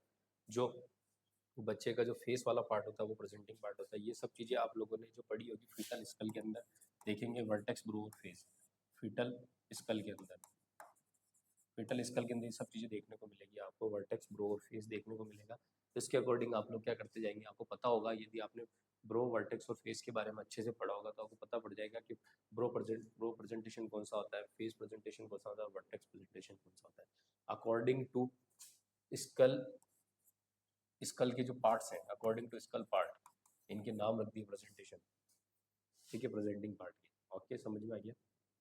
तो उसके बाद में देखेंगे डिनोमिनेटर क्या होता है। भ्रूण की अस्थि जो गर्भाशय खंडों में संपर्क में रहता है, डिनोमिनेटर कहते हैं। अलग अलग प्रकार की प्रस्तुति में अलग अलग प्रकार के, जो वर्टेक्स में क्या होता है? ऑक्सीपुट वाला भाग जो होता है वो डिनोमिनेटर होता है। फेस प्रस्तुति के अंदर जो होता है, मेंटम चिन्ह वाला जो पार्ट होता है वो क्या होता है? डिनोमिनेटर होता है। ब्रो प्रस्तुति के दौरान फ्रंटल एमिनेंस वाला पार्ट जो होता है वो डिनोमिनेटर होता है। ब्रिज प्रेजेंटेशन के दौरान सैक्रम वाला जो पार्ट होता है वो क्या होता है, डिनोमिनेटर होता है। और शोल्डर प्रस्तुति के दौरान एक्रोमियन पार्ट होता है वो क्या होता है, डिनोमिनेटर होता है। डिनोमिनेटर जो होता है वो क्या होता है, गर्भाशय खंडों के संपर्क में जो वाला पार्ट होता है, जो अस्थि पार्ट होती है वो क्या कहलाती है, डिनोमिनेटर कहलाती है। तो फेस प्रेजेंटेशन में मेंटम चिन्ह हो जाएगा, वर्टेक्स प्रेजेंटेशन में ऑक्सीपुट हो जाएगा, प्रो प्रेजेंटेशन के अंदर फ्रंटल एमिनेंस हो जाएगा, ब्रिज प्रेजेंटेशन के अंदर सैक्रम वाला पार्ट हो जाएगा, और शोल्डर प्रेजेंटेशन में एक्रोमियन वाला भाग जो होगा वो डिनोमिनेटर भाग होता है। आगे समझ में जो कनेक्ट रहेगा। पोजीशन क्या होगी, भ्रूणीय डिनोमिनेटर तथा श्रोणि के विभिन्न खंडों के मध्य संबंध का स्थिति कहते हैं। पेल्विक्स को 45 डिग्री के समान खंडों में बांटा जा सकता है, जिससे भ्रूण को 8 स्थितियां बनती है, जो कि निम्नानुसार है। ऑक्सीपिटो एंटीरियर, इस प्रकार की स्थिति होने की संभावना 2% रहती है। ठीक है, पोजीशन जो होगी डिनोमिनेटर, भ्रूणीय डिनोमिनेटर तथा श्रोणि के विभिन्न खंडों के मध्य का संबंध स्थित होता है। यानी पेल्विक वाले पार्ट से निकलना है बच्चे को, पेल्विक वाले पार्ट से निकलना, तो पेल्विक वाले पार्ट से जब निकलेगा तो पेल्विक वाला पार्ट और बच्चे के जो पार्ट है, भ्रूण का जो पार्ट और पेल्विक वाले पार्ट, इनके बीच में जो संबंध बनेगा ना, उसके अकॉर्डिंग भी हम लोग पोजीशन ऐड करेंगे। कैसे पोजीशन ऐड करेंगे, तो बहुत सारी स्थितियां बनती है। कितनी स्थितियां बनती हैं, 8 स्थितियां बनती है। कैसे बनेगी, ऑक्सीपिटो एंटीरियर, इस प्रकार की स्थिति होने की संभावना 2% रहती है। लेफ्ट ऑक्सीपिटो एंटीरियर 13% की स्थिति इस प्रकार की होती है। यानी ऑक्सीपुट, बच्चे का ऑक्सीपुट वाला जो पार्ट होता है, लेफ्ट ऑक्सीपुट वाला पार्ट या ऑक्सीपुट वाला पार्ट होता है, ये सब चीज़ों के अकॉर्डिंग। ठीक है, राइट ऑक्सीपुट एंटीरियर पार्ट 45% देखने को मिलती है फिटल के अंदर, और लेफ्ट ऑक्सीपुट ट्रांसफर वाला पार्ट जो है 40% केसेस में देखने को मिलती है पोजिशन के अंदर। आगे समझ में।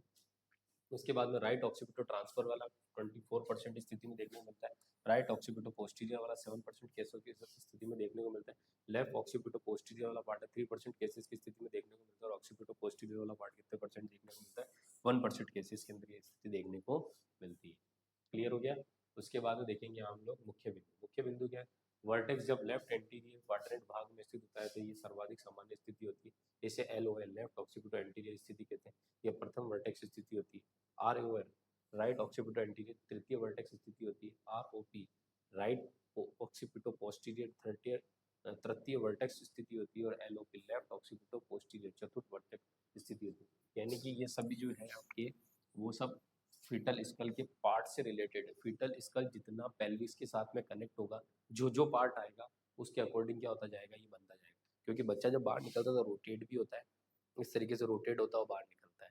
तो जो पार्ट सामने आता जाएगा पेल्विक वाले पार्ट के अंदर कनेक्ट होता जाएगा, उस पार्ट के अकॉर्डिंग क्या होती जाएगी, इसकी वो बनती जाएगी, स्थितियाँ बनती जाएगी। ठीक है, आया समझ में, पोजिशंस बनती जाएगी।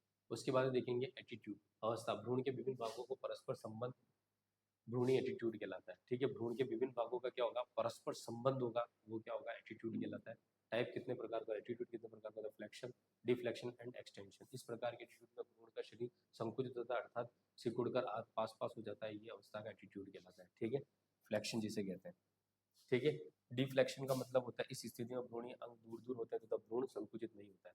फ्लेक्शन के अंदर तो क्या होगा, बच्चा जो होगा संकुचित होने लग जाएगा, कॉन्ट्रैक्ट होगा, हल्का हल्का कॉन्ट्रैक्ट होकर धीरे धीरे निकलने की कोशिश करेगा।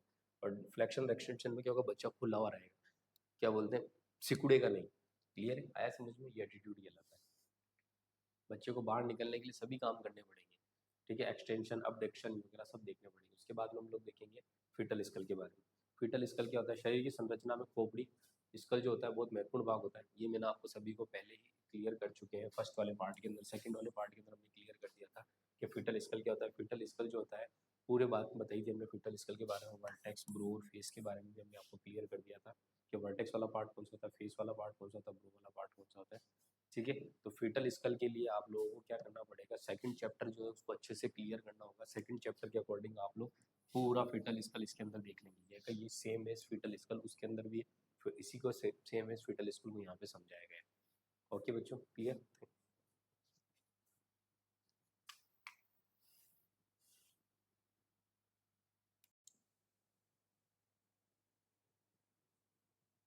आज हम बात करेंगे मैकेनिज्म ऑफ लेबर की बात करेंगे। मैकेनिज्म ऑफ लेबर क्या चीज़ है उसके बारे में बात करेंगे।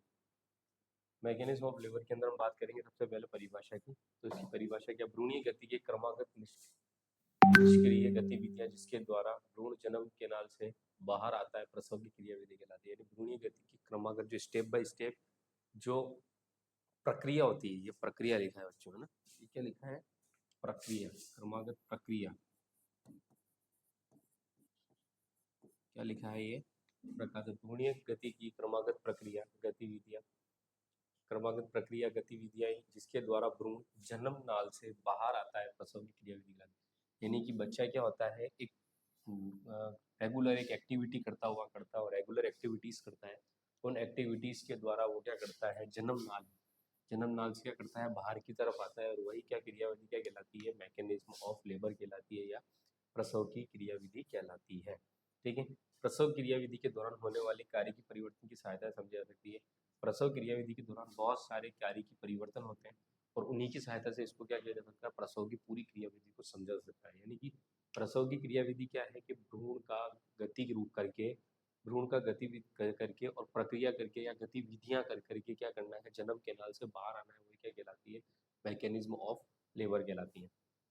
ठीक है, प्रसव क्रियाविधि प्रसव के दौरान होने वाले कार्य की परिवर्तन की सहायता समझी जा सकती है। प्रसव की जो क्रियाविधि होती है वो किसके द्वारा समझी जा सकती है, उसके जो कार्य की परिवर्तन है उनके अंदर क्या क्या चेंजेस होंगे, जैसे जैसे चेंजेस होंगे उसके अकॉर्डिंग आप लोग उसको समझ सकते हैं।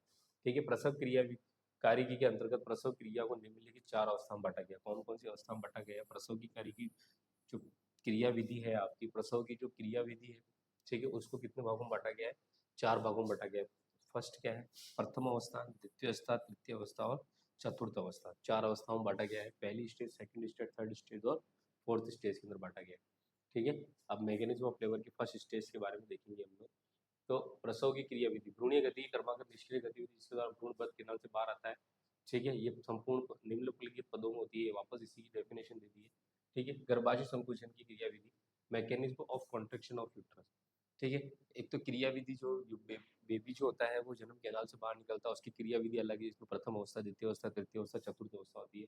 इसी तरीके से गर्भाशय संकुचन की भी कुछ क्रियाविधि होती है जिसमें पेरीमेट्रियम, मायोमेट्रियम और एंडोमेट्रियम, ये तीनों यूट्रस की लेयर है, ये तीनों मिलकर किया करती है।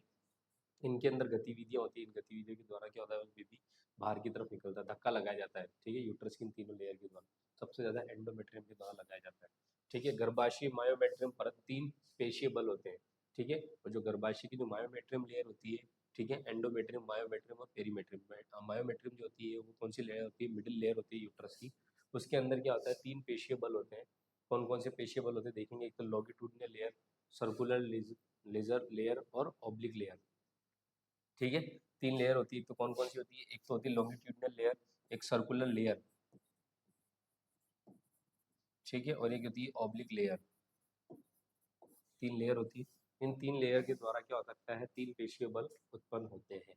ठीक है, मायोमेट्रियम के अंदर, मायोमेट्रियम में 3 लेयर होती है। उसके बाद में देखेंगे यह परत प्रसव प्रसव के दौरान लिविंग लिग्नेचर की तरह कार्य करती है। मायोमेट्रियम की शिरा माइग्रेशन तथा एकिन के संकुचन सहायक होती है। एमएलसी की क्रिया एंजाइम की उपस्थिति में लैक्टिन प्रोटीन से होती है, जिससे मायोसिन और एक्टिन प्रोटीन फिसलते हैं, जिससे पेशीय लंबाइयां कम हो जाती है, जिससे संकुचन उत्पन्न होता है।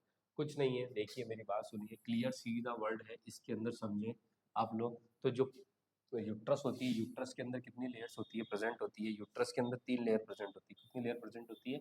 3 लेयर प्रेजेंट होती है। कौन कौन सी लेयर प्रेजेंट होती है? तो देखेंगे हम लोग, ये यूट्रस है आपका, ये यूट्रस इस तरीके से यूट्रस की स्ट्रक्चर है। ठीक है, यूट्रस की इस तरह की स्ट्रक्चर है, इसके अंदर 3 लेयर प्रेजेंट होती है। 3 लेयर प्रेजेंट होती है। एक तो होती है पेरीमेट्रियम,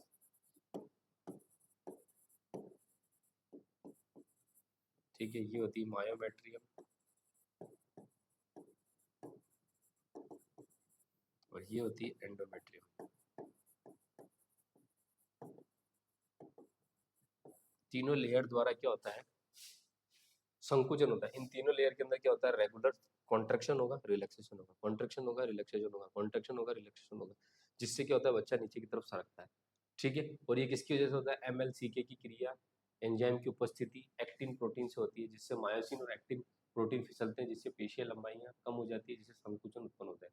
कुछ नहीं है, सीधी सी बात है, हार्मोनल के अंदर हार्मोन्स जो होते हैं वो क्या करते हैं, इनके अंदर कॉन्ट्रेक्शन लाने का काम करते हैं। जैसे कि हार्मोन कौन सा हो गया, ऑक्सीटोसिन वगैरह जो हार्मोन हो गए, वो क्या करेंगे, इसके अंदर संकुचन लाएंगे, संकुचन ला करके इसको क्या किया जाएगा, कॉन्ट्रैक्ट किया जाएगा, रिलैक्स करेंगे, कॉन्ट्रैक्ट करेंगे, रिलैक्स करेंगे। तो बच्चा जब यहाँ होगा, आपकी इस कंडीशन में होगा, तो जैसे ही कॉन्ट्रैक्ट होगा तो बच्चा क्या करेगा, धीरे धीरे नीचे सरकेगा, फिर कॉन्ट्रैक्ट होगा, रिलैक्स होगा, फिर बच्चा नीचे की तरफ सरकेगा, फिर धीरे धीरे इस तरीके से बच्चा क्या होगा, बर्थ कैनाल से बाहर की तरफ निकलने की कोशिश करता है, और ऑक्सीटोसिन द्वारा पेशी संकुचन बढ़ जाता है। ऑक्सीटोसिन ही क्या करता है, पेशी संकुचन को बढ़ाने का काम करता है। ठीक है, उसके बाद में देखेंगे प्रसव की प्रथम अवस्था के दौरान घटित होने वाली घटनाएं कौन कौन सी होती है। प्रसव की प्रथम अवस्था कौन सी थी, प्रसव की जो प्रथम अवस्था होती है वो कौन सी थी। इस अवस्था के दौरान फीटस के एक्सपल्शन हेतु बर्थ कैनाल का निर्माण होता है, जिसके लिए निम्न घटनाएं होती है। सर्विक्स का विस्तारण होता है, एफेसमेंट होता है, गर्भाशय सेगमेंट का फॉर्मेशन होता है। कुछ नहीं, फर्स्ट स्टेज जो होती है, सीधा सीधा बच्चों सीधा सीधा समझेंगे हम लोग, इसके ऊपर ना जाकर के सीधा सीधा क्लियर ये समझेंगे। जो फर्स्ट स्टेज होती है उसको क्या बोला जाता है, जो फर्स्ट स्टेज होती है ना वो कौन सी स्टेज होती है, सर्विक्स डायलिटेशन। कौन सी होती है, सर्विक्स सर्विक्स डायलिटेशन होती है फर्स्ट स्टेज। और सर्विक्स डायलिटेशन होता है, जैसे जैसे सर्विक्स डायलिटेशन होगा, देखो सर्विक्स डायलिटेशन होता है ना, उसके साथ में यूट्रस में बहुत सारी चीजें होती है। यूट्रस में क्या हो जाता है, सेगमेंट का फॉर्मेशन होने लग जाता है। यूट्रस में जो होता है ना, गर्भाशय सेगमेंट का फॉर्मेशन हो जाता है। यूट्रस के अंदर दो तरह के सेगमेंट बन जाते हैं। इस तरीके से जो सेगमेंट होगा यूट्रस के अंदर, वो दो तरह के सेगमेंट बनेंगे। एक तो ये अपर सेगमेंट हो गया यूट्रस का, और एक हो गया लोअर सेगमेंट हो गया। दो तरह के सेगमेंट है, ये तो अपर सेगमेंट, ठीक है, और ये लोअर सेगमेंट एलएस। ठीक है, दो तरह के जो बनेंगे, क्या क्या बनेंगे, सेगमेंट बनेंगे। एक अपर सेगमेंट बनेगा, लोअर सेगमेंट बनेगा। किस तरीके से बनेगा, जब बच्चा धीरे धीरे एक्सपल्शन की तरफ जाएगा, बच्चा बाहर की तरफ निकलेगा, फीटस जब बाहर की तरफ निकलने की कोशिश करेगा, बर्थ कैनाल से बाहर निकलने की कोशिश करता है, उस समय पे क्या होता है कि बर्थ कैनाल का फॉर्मेशन तो हो रहा है। बर्थ कैनाल का फॉर्मेशन होने के बाद सर्विक्स भी डायलिटेशन होगी, और सर्विक्स डायलिटेशन होगी तो क्या होगा, गर्भाशय के अंदर जो यूट्रस के अंदर होगा वो दो सेगमेंट का फॉर्मेशन होने लग जाता है। इस अवस्था को क्या बोल जाता है, सर्विक्स डायलिटेशन के नाम से भी जाना जाता है। फर्स्ट स्टेज को सर्विक्स डायलिटेशन के नाम से जाना जाता है। ठीक है, इस फर्स्ट स्टेज को किस नाम से जाना जाता है, सर्विक्स डायलिटेशन के नाम से जाना जाता है। और इस स्टेज के अंदर क्या होता है, बेबी का इस स्टेज के अंदर क्या होता है, सर्विक्स का डायलिटेशन होता है। और सर्विक्स का जैसे जैसे डायलिटेशन होता है तो क्या होता है, फीटस नीचे की तरफ एक्सपेल्ड आउट होने लगता है, और एक्सपेल्ड आउट होने लगता है, और इसके अलावा क्या हो जाता है, गर्भाशय सेगमेंट का फॉर्मेशन होने लग जाता है। आया समझ में, क्लियर है। यानी कि कुल मिला के ये सर्विक्स का डायलिटेशन होगा तो बच्चा नीचे की तरफ सरकेगा, नीचे की तरफ सरकेगा तो सेगमेंट का फॉर्मेशन यूट्रस के अंदर होगा फर्स्ट स्टेज के अंदर। ठीक है, ये घटना ही होती है। सर्विक्स का विस्तारण, इस अवस्था में सर्विक्स का विस्तारण होता है, जो कि निम्न कारकों से प्रभावित होता है। सर्विक्स का कोमल होना, सर्विक्स की ग्रंथि और पेशियों में संरचना में वृद्धि होना, सर्विक्स में रक्त संवहन का बढ़ जाना, सर्विक्स के कोलेजन तंतु जो होते हैं उनके मध्य द्रव एकत्रीकरण हो जाना, हाइलुरोनिक अम्ल की मात्रा का बढ़ जाना। ठीक है, डर्मेटिन सल्फेट, सर्विक्स में एस्ट्रोजन, प्रोजेस्टेरोन और रिलैक्सेशन के प्रभाव होने वाले परिवर्तन भी सब होने लग जाते हैं। ठीक है, इसके दौरान क्या क्या चीजें होती है, सब चीजें होने लग जाती है। सर्विक्स कोमल हो जाती है। ठीक है, सर्विक्स की ग्रंथियां और जो पेशियां होती है उनमें क्या संरचनात्मक रूप से वृद्धि होने लग जाती है। सर्विक्स में जो ब्लड सर्कुलेशन बहुत ज्यादा बढ़ जाता है। फिर भी सर्विक्स की जो कोलाजन जो तंतु है, ठीक है, वो क्या हो जाते हैं, उनके मध्य क्या होने लग जाता है, द्रव का एकत्रीकरण, फ्लूइड एक्यूमुलेशन होने लग जाता है। हाइलुरोनिक अम्ल की मात्रा, हाइलुरोनिक जो अम्ल होता है वो क्या हो जाता है, वो बढ़ने लग जाता है।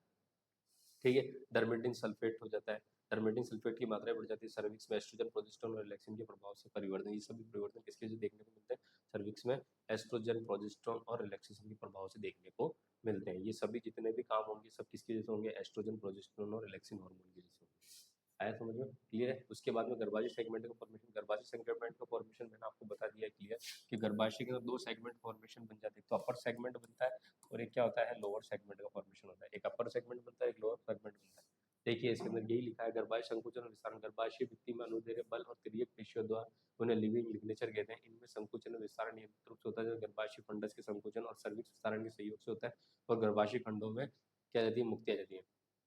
कुछ नहीं है, मान लीजिए ऊपर द्वारा जो फंडस वाला पार्ट है उसके द्वारा प्रेशर लगाया जाएगा, और यूट्रस की जो लेयर है उनके द्वारा भी क्या किया जाएगा, उसके ऊपर कॉन्ट्रैक्ट और रिलैक्स होगी, तो क्या हो जाएगा, सेगमेंट का फॉर्मेशन हो जाएगा। बच्चा ऊपर वाले सेगमेंट में है तो अपर सेगमेंट, और लोअर वाले सेगमेंट में तो लोअर सेगमेंट कहलाएगा।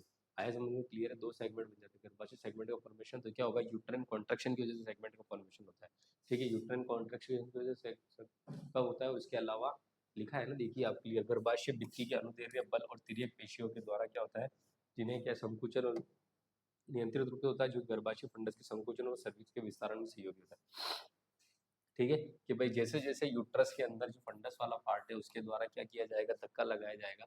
ठीक है, उनके द्वारा धक्का लगाएगा, जब यूट्रस की जो लेयर है अंदर, एंडोमेट्रियम जो लेयर है उसके द्वारा कॉन्ट्रेक्शन और रिलैक्सेशन होगा, तो क्या हो जाता है, दो खंडों का फॉर्मेशन होने लग जाता है। जैसे बच्चा नहीं सरकेगा तो सर्विक्स का डायलिटेशन भी हो जाएगा।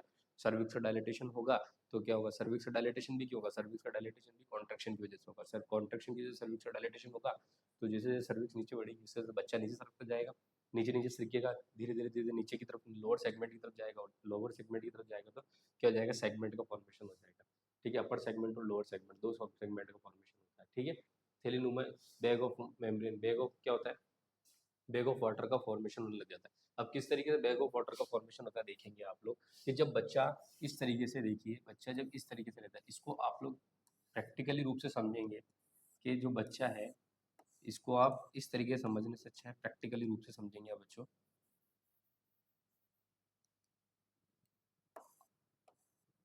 ठीक है, अब देखेंगे आप कि बच्चा जब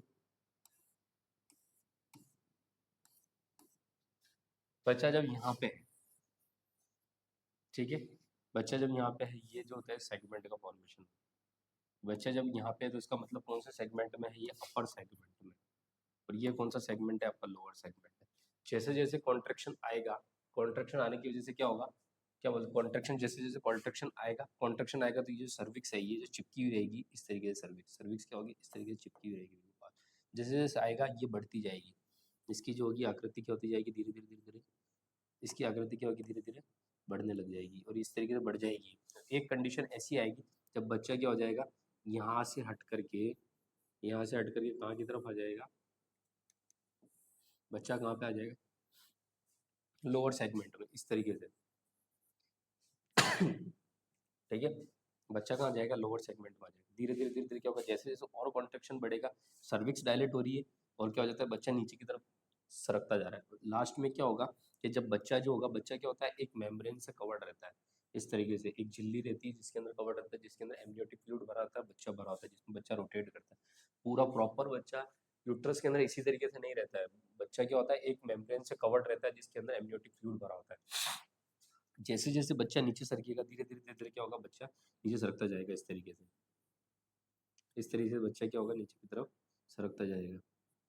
ये इस तरीके से बच्चा नीचे की तरफ सरका, फिर धीरे धीरे धीरे धीरे सरकेगा। लास्ट में क्या होगा, जो यहाँ से भी पैक हो जाएगा, यहाँ से पैक हो जाएगा, जो पीछे एमनियोटिक फ्लूइड है इसलिए उसके अंदर, तो वो एमनियोटिक फ्लूइड क्या हो जाएगा, बच्चे के सिर के आगे आकर के यहाँ बढ़ जाएगा, यहाँ बढ़ जाएगा, और सिर के आगे आकर के बढ़ जाएगा, फिर आसपास का एरिया क्या हो जाएगा, कवर हो जाएगा इस तरीके से।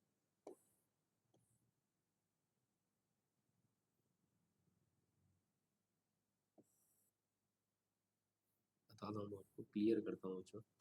ये यूट्रस की थैली है,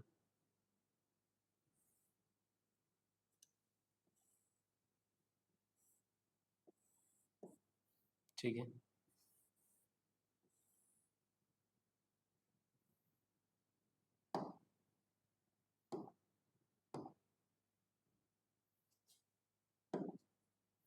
ठीक है, ये इस तरीके से यूट्रस इस तरीके से आ जाएगा। बच्चा क्या होगा, धीरे धीरे ये जो है आपकी, ये कौन सी लेयर है, ये जो आपकी मेम्ब्रेन है, ये मेम्ब्रेन क्या करेगी, इस तरीके से कवर कर लेगी। ठीक है, और बच्चा क्या होगा, धीरे धीरे नीचे की तरफ सरक जाएगा। ये तो सेगमेंट का फॉर्मेशन हो रहा है। ठीक है, बच्चा क्या होगा, धीरे धीरे धीरे धीरे इस जगह पे सरक जाएगा। बच्चा क्या होगा, इस तरीके से नीचे की तरफ आकर के बैठ जाएगा। अब बच्चा ही हो गया, ठीक है, और ये क्या होगा, यूट्रस का, यूट्रस की जो सर्विक्स है, सर्विक्स भी क्या हो गई, डायलेटेड हो गई, आपकी सर्विक्स डायलेटेड हो गई। ठीक है, सर्विक्स डायलेटेड हो गई। अब बच्चा क्या होगा, यहाँ पे आगे फंस जाएगा। अब इसमें क्या होगा कि जो एमनियोटिक फ्लूइड आगे की तरफ, पीछे की तरफ भरा हुआ होगा, वो कुछ एमनियोटिक फ्लूइड क्या होगा, बच्चे के सिर के आगे, जब बच्चे के ऊपर प्रेशराइज होगा, ऊपर की तरफ से फंडस के द्वारा, उसकी जो लेयर्स के द्वारा जो बच्चे के ऊपर प्रेशराइज किया जाएगा बाहर निकलने के लिए, कॉन्ट्रैक्ट की होगा, उसकी वजह से क्या होगा, बच्चे की कुछ आगे पे आकर के क्या होगा, ये एमनियोटिक फ्लूइड जो होगा ना, जितना भी एमनियोटिक फ्लूइड पड़ा है, वो कुछ एमनियोटिक फ्लूइड यहाँ आगे बढ़ जाएगा, बच्चे के हेड के आगे बढ़ जाएगा। ठीक है, और हेड के आकर के बढ़ के आगे क्या हो जाएगा, वहाँ पे एक थैलीनुमा स्ट्रक्चर बन जाएगी।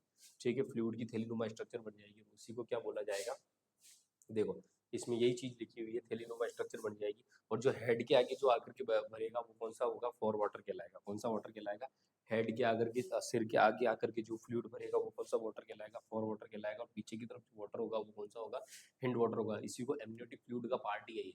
इसको क्या नाम से दे रहे हो आप, हिंड वाटर और फॉर वाटर के नाम से, अकॉर्डिंग टू सिचुएशन, सिचुएशन के अकॉर्डिंग आप लोग एमनियोटिक फ्लूइड को आपने नाम दिया है। एमनियोटिक फ्लूइड यदि हेड के, बच्चे के हेड के आगे आकर के भर जाएगा, तो वो कौन सा हो जाएगा, फॉर वाटर हो जाएगा। और एमनियोटिक फ्लूइड पीछे की तरफ रहेगा, बच्चे के पीछे की तरफ रहेगा, वो कौन सा हो जाएगा, हिंड वाटर हो जाएगा। इसमें यही लिखा है, देखिए बच्चों कुछ नहीं लिखा है। भ्रूणीय झिल्ली एमनियन और कोरियन से मिलकर के बनी होती है, जो टिश्यू डुबापूरक कोशिकाओं द्वारा संलग्न होती है। प्रसव के दौरान भ्रूण का सिर सर्विक्स के इंटरनल ओस से जुड़ता है। सामान्य प्रसव के दौरान प्राइमरी गिरने से दो खंडों में बढ़ जाता है, जिससे फॉर वाटर और हिंड वाटर कहते हैं। ठीक है, वाटर है ये बच्चों तथा हिंड वाटर कहता है, जिससे भ्रूण के सिर के चारों ओर थैलीनुमा संरचना का निर्माण होता है। गर्भाशय संकुचन की तीव्रता से वाटर फॉर वाटर पर दबाव नहीं पड़ता है। ठीक है, अब ये फॉर वाटर बढ़ गया, यहाँ पे तो आकर के क्या बन गया, फॉर वाटर बन गया। अब जब जैसे जैसे कॉन्ट्रेक्शन लगेगा ना, तो देखो इसके ऊपर कॉन्ट्रेक्शन लगेगा, ओनली फॉर बच्चे के ऊपर कॉन्ट्रेक्शन लगेगा, दबाव किस पे बढ़ेगा, ओनली फॉर बच्चों पे लगेगा, और किसके ऊपर लगेगा, हिंड वाटर पे लगेगा। लेकिन फॉर वाटर पे क्यों लगेगा, फॉर वाटर पे लगेगा क्योंकि यहाँ पता है कि बच्चे ने फंस गया है, तो बच्चा नीचे की तरफ क्या करेगा, एक वाटर का फॉर्मेशन हो गया। अब बच्चे नीचे की तरफ फंस गया तो बच्चे की प्रेशर लगेगा, लेकिन वो डायरेक्ट वाटर पे प्रेशर नहीं लगेगा। ठीक है, तो जैसे जैसे फिर क्या होगा, जैसे जैसे और कॉन्ट्रेक्शन बढ़ता जाएगा, एक कंडीशन जैसे ये आएगी कि ये जो वाटर है ये क्या हो जाएगा आपका, ये जो लेयर है ये लेयर क्या हो जाएगी आपकी, ये लेयर क्या हो जाएगी, धीरे धीरे धीरे धीरे क्या होने लग जाएगी, डिस्कार्ड हो जाएगी। क्या हो जाएगी, ये लेयर क्या हो जाएगी आपकी, धीरे धीरे करके डिस्कार्ड हो जाएगी। ये इस तरीके से लेयर होगी, ये डिस्कार्ड हो जाएगी, और यहाँ पे जो वाटर होगा ना, वो वाटर क्या हो जाएगा, धीरे धीरे धीरे धीरे लीक हो जाएगा, लीक हो जाएगा। और लीक होने के बाद में क्या हो जाता है, इसका मतलब क्या हो गया, आपके मेम्ब्रेन रप्चर्ड हो चुकी है। अब जैसे ही क्या मेम्ब्रेन रप्चर्ड होगी, शो की उपस्थिति हो जाएगी, बाहर क्या होने लग जाएगा, आपके वाइट डिस्चार्ज वगैरह देखने को मिलने लग जाएगा। तो आपको क्या लगेगा, क्या होने लग गया है, थैली फट गई, अब बच्चा बाहर की तरफ निकलेगा। और वही कंडीशन क्या होती है, इसमें बैग ऑफ मेम्ब्रेन का फॉर्मेशन है। बैग ऑफ मेम्ब्रेन में कुछ नहीं है, जैसे जैसे बच्चे के ऊपर कॉन्ट्रेक्शन लगेगा, अपर कॉन्ट्रेक्शन लगेगा, सीधा फर्स्ट फॉर्म फंडा यही है कि फर्स्ट स्टेज ऑफ लेबर के अंदर एक ही चीज होती है, first stage of labour cervical dilatation labour की प्रोसेस होती है। सर्वाइकल डायलिटेशन के अंदर क्या होता है, जैसे जैसे कॉन्ट्रेक्शन पड़ता है फंडस के द्वारा और एंडोमेट्रियम की जो लेयर्स होती है इनके द्वारा, जैसे जैसे प्रेशर लगाया जाता है, प्रेशर जो यूट्रस की जो लेयर है और फंडस द्वारा क्या होता है, नीचे नीचे बच्चे के ऊपर क्या लगा जाता है, प्रेशर लगाया जाता है। इसके अलावा कॉन्ट्रेक्शन स्टार्ट हो जाते हैं लेयर्स के अंदर। कॉन्ट्रेक्शन स्टार्ट होने के क्या होता है, बच्चा जो होता है अपर सेगमेंट से क्या होता है, लोअर सेगमेंट की तरफ चलने लग जाता है। क्या होता है, सेगमेंट का फॉर्मेशन हो जाता है। इसके अलावा क्या होता है, बच्चा जब नीचे सरकता है तो क्या होता है, बच्चा जो होता है एक लेयर के अंदर कवर्ड रहता है, एक मेम्ब्रेन के अंदर कवर्ड रहता है, जिसमें वो क्या भरा होता है, एमनियोटिक फ्लूइड भरा होता है। और जैसे ही बच्चा इंटरनल ओएस पे आकर के, सर्विक्स के इंटरनल ओएस पे आकर के जैसे ही बच्चा आके अपना हेड टिकता है बच्चे का, तो वहाँ पे क्या होता है, बच्चे की आगे हेड के आगे की तरफ एक थैलीनुमा स्ट्रक्चर बन जाती है, जिसमें फ्लूइड भरा होता है। उसको क्या बोलते हैं, फ्लूइड को फॉर वाटर के नाम से जाना जाता है, और पीछे की तरफ जो फ्लूइड भरा होता है उसे हिंड वाटर के नाम से जाना जाता है। अकॉर्डिंग टू कंडीशन जो होता है, एमनियोटिक फ्लूइड को ही हिंड वाटर और फॉर वाटर के नाम से जाना जाता है। और जैसे जैसे सर्विक्स का डायलेटेशन होता जाएगा और रिप्लेसमेंट होता जाएगा, उसके तरीके से क्या हो जाएगा, एक टाइम ऐसा आएगा जब वो मेम्ब्रेन क्या हो जाएगी, रप्चर्ड हो जाएगी। रप्चर्ड होने के बाद जो फॉर वाटर होगा वो सबसे पहले बाहर निकलेगा, और उसके बाद बेबी, और बेबी के बाद में हिंड वाटर निकलेगा। आया समझ में, ये कि ये सब चीजें इसमें लिखी हुई है। जैसे जैसे प्रेशर ज्यादा बढ़ता जाएगा उसी तरीके से काम होता जाएगा, जैसे जैसे प्रेशर बढ़ेगा वैसे वैसे बच्चा बाहर की तरफ निकलने लग जाएगा। सर्विक्स का फेसमेंट देखिए, इस अवस्था में सर्विक्स की पेशी गर्भाशय के ऊपर की ओर संकुचित हो जाती है। क्लियर, उसके बाद में देखिए गर्भाशय के निचले खंड का निर्माण, गर्भाशय में दो फिजियोलॉजिकल संकुचन वाले के निर्माण से गर्भाशय दो खंडों में बढ़ जाता है, अपर खंड और लोअर खंड। ये मैं आपको बता चुका हूँ पहले, क्लियर कर चुका हूँ मैं इसको, सीधी बात ये है, मैं आपको इस चीज के बारे में क्लियर कर चुका हूँ। उसके बाद में हम लास्ट स्टेज देखेंगे, डायरेक्ट है थर्ड स्टेज। ठीक है, इसमें क्या होता है, इस अवस्था को रिकवरी फेज भी कहते हैं। इस अवस्था में माँ और बच्चे दोनों के लिए अत्यधिक संवेदनशील अवस्था होती है, क्योंकि इस अवस्था में निम्नलिखित परिवर्तन होते हैं, माँ और बच्चों दोनों में शारीरिक परिवर्तन देखने को मिलते हैं, नए रिश्ते की शुरुआत होती है। बिल्कुल राइट बात है कि भाई क्या होगा, माँ और बच्चे की में क्या होगा, शारीरिक परिवर्तन देखने को, माँ में भी शारीरिक परिवर्तन देखने को मिलेंगे और बच्चे में भी शारीरिक परिवर्तन देखने को मिलते हैं। एक नए रिश्ते की शुरुआत होती है माँ और बेटे का, या माँ और बच्चे के बीच में क्या होता है, नई रिश्ता बनता है। ठीक है, प्रसव की क्रियाविधि के अंतर्गत निम्नलिखित भ्रूणीय निष्क्रिय गतिविधियां संपन्न होती है, जिनके द्वारा भ्रूण जन्म के नाल से बाहर आता है। ठीक है, बहुत सारी होती है, first stage, second stage, third stage of order से जब जाकर के बच्चा एक बाहर निकलता है। फर्स्ट स्टेज के अंदर होता है सर्वाइकल डायलेटेशन, सेकंड स्टेज के अंदर होता है फीटल डिलीवरी, फिर थर्ड स्टेज के अंदर होता है आपका प्लेसेंटल डिलीवरी, और फोर्थ स्टेज जो होती है आपकी, इस स्टेज को बोला जाता है ऑब्जर्वेशनल स्टेज। कौन सी स्टेज बोली जाती है, ऑब्जर्वेशनल स्टेज। इस स्टेज को क्या बोला जाता है, ऑब्जर्वेशनल स्टेज बोला जाता है। और इस स्टेज के अंदर क्या होता है, बच्चे के अंदर बहुत सारे चेंजेस देखने को मिलते हैं। मदर के अंदर ब्रेस्ट फीडिंग, मदर के अंदर जो होता है मिल्क का सिक्रेशंस वगैरह होने लग जाता है। ठीक है, ये सब चीजें देखने को मिलती है इसके अंदर। क्लियर, रिकवरी फेज जिसे कहा जाता है। ठीक है, एंगेजमेंट ऑफ हेड, इस स्थिति में भ्रूणीय से श्रोणि मेखला के ब्रह्म में प्रवेश कर जाता है, जिसे डिसेंट ऑफ हेड कहते हैं। प्रथम गर्भधारण करने वाली महिला प्रसव की उत्पत्ति 2 सप्ताह पहले ये क्रिया संपन्न हो जाती है। फ्लेक्शन ऑफ हेड, प्रसव की प्रारंभिक अवस्था में हेड फ्लेक्शन की स्थिति में होता है, इससे ऑक्सीपिड भाग प्रभावी होता है। इंटरनल रोटेशन, ये सब क्या हो रहा है, engagement of head, flexion of head, ठीक है, इंटरनल रोटेशन, ये सब चीजें बच्चे में इस तरीके से, बच्चा क्या हो रहा है, इस जैसे भी मान लीजिए बच्चा इस तरीके से जाएगा, तो ऐसे इस तरीके से जाना पड़ेगा उसको, इस तरीके से रोटेट होते हुए जाना पड़ेगा। हल्का सा रोटेट होगा तो फ्लेक्शन ऑफ हेड भी होगा, ठीक है, इंटरनल रोटेशन भी होगा, क्राउनिंग ऑफ हेड भी होगा, यानी कि हेड को इस तरीके से घूमना भी होगा तो घूमेगा। जिस तरीके से उसको जगह मिलती जाएगी, बच्चा क्या होगा, रोटेट करता हुआ जाएगा आगे की तरफ। कोई भी चीज़ को आपको निकालनी तो उसको रोटेट करके निकालेंगे, तो आप उसको जिस तरीके की जगह मिलेगी उस तरीके से उसमें क्या होने लग जाएंगी, चेंजेस देखने को मिलने लग जाएंगे। है ठीक है। क्रॉनिक ऑफ स्थिति में सब ऑक्सीपिटल व्याध वल्वा छिद्र को घेर लेता है, और लास्ट में क्या होगा, जितना भी आपका ऑक्सीपिटल वाला जो पार्ट है वो क्या होगा, पूरे वल्वा छिद्र को क्या कर लेगा, घेर लेगा। ठीक है। उसके बाद में देखो एक्सटेंशन ऑफ स्थिति में हेड में एक्सटेंशन में फ्लेक्शन स्थिति सामान्य हो जाती है। इस क्रिया क्रिया गर्भाशय और उदरीय के प्रभाव संकुचन होती है। रिसेक्टेशन में इस स्थिति में भ्रूणीय स्थिति एक प्रकार की गर्दन की ट्विस्टिंग होती है, जो कि 1/8 सर्कल स्थिति घूमने से आयु सामान्य हो जाती है। इंटरनल रोटेशन ऑफ शोल्डर, उसके बाद में शोल्डर का होगा, और शोल्डर के बाद में क्या हो जाएगा, लास्ट में बच्चा पूरा बाहर निकल जाएगा। पहले सिर निकलेगा, सिर के बाद में शोल्डर निकलेगा, शोल्डर के बाद में हाथ पैर बटक्स वगैरह निकल कर पूरा डिलीवर हो जाएगा। इसके अंदर ये सब चीज़ें लिखी हुई है, इसके अलावा कोई चीज़ समझने वाली नहीं है। ठीक है। गंभीर केस की पहचान, भ्रूणीय तनाव मात्र तनाव किसे कहते हैं, देखिए। इंट्रोडक्शन में गर्भावस्था के दौरान भ्रूण में होने वाली विभिन्न प्रकार की समस्या जिनसे भ्रूण के जीवन को खतरा हो सकता है, इस अवस्था में भ्रूण का फीटल डिस्ट्रेस अवस्था कहते हैं। फीटल डिस्ट्रेस की स्थिति का पता लगाने तो गर्भाशय में नॉन स्ट्रेस टेस्ट किया जाता है। ठीक है। क्या हो जाता है, गर्भावस्था के दौरान भ्रूण में किसी प्रकार की कोई समस्या हो जाए, भ्रूण के जीवन को खतरा हो जाता है, तो इस अवस्था को क्या बोलते हैं, फीटल डिस्ट्रेस की अवस्था कहते हैं। फीटल डिस्ट्रेस की स्थिति का पता लगाने के लिए नॉन स्ट्रेस टेस्ट किया जाता है। ठीक है। कारण क्या कह सकते हैं, समय से पूर्व झिल्लियों का फटना, ठीक है, गर्भाशय तनाव की अत्यधिक तीव्रता, ठीक है, पेल्विस का संकुचन, प्रसव के दौरान ऑब्स्ट्रक्शन आ जाना, भ्रूणीय आवरणों के मध्य फ्लूइड की अधिकता हो जाना, गर्भावस्था के दौरान भ्रूण की मृत्यु हो जाना, गर्भाशय का फट जाना, नाभि रज्जु में गांठ का निर्माण हो जाना, प्लेसेंटा प्रीविया हो जाना, बंडल ऑफ रिंग का फॉर्मेशन हो जाना। ठीक है। ये सब क्या हो सकते हैं, ये सब चीजें कारण किसके हैं, ये सब चीजें कारण ये है आपके के गंभीर केस की पहचान है। भ्रूणीय तनाव और मातृत्व तनाव जो होगा, मैटरनल स्ट्रेस और फीटल डिस्ट्रेस के अंदर फीटल रिस्क, हाई रिस्क हो जाएगी मदर के अंदर और फादर के अंदर। किस कारण, मदर के अंदर और बच्चे के अंदर किस तरीके से हाई रिस्क हो सकती है, उसकी जो कारण है ये इन वजह से क्या हो सकता है, मदर के अंदर और बच्चे के दोनों में हो सकती है। समय से पहले झिल्लियां फट गई, ठीक है, मेम्ब्रेन जो होती है वो मेम्ब्रेन फट चुकी है, तो क्या हो जाएगा, जितना भी अम्नियोटिक फ्लूइड बाहर निकल जाएगा और बच्चे की डेथ हो सकती है। ठीक है। गर्भावस्था के तनाव की अधिकता, ठीक है, गर्भाशय पर तनाव की अधिकता हो जाएगी, कॉन्ट्रेक्शन पहले से स्टार्ट हो गया, बीच में स्टार्ट होगा, बहुत स्पीड से स्टार्ट हो गया, तो बहुत प्रॉब्लम हो सकती है। पेल्विक का संकुचन, पेल्विक क्या है कि कॉन्ट्रैक्ट रिलैक्स हुआ ही नहीं, बच्चे को बाहर निकलने की जगह नहीं देगा, तो भी इसी प्रॉब्लम हो सकती है।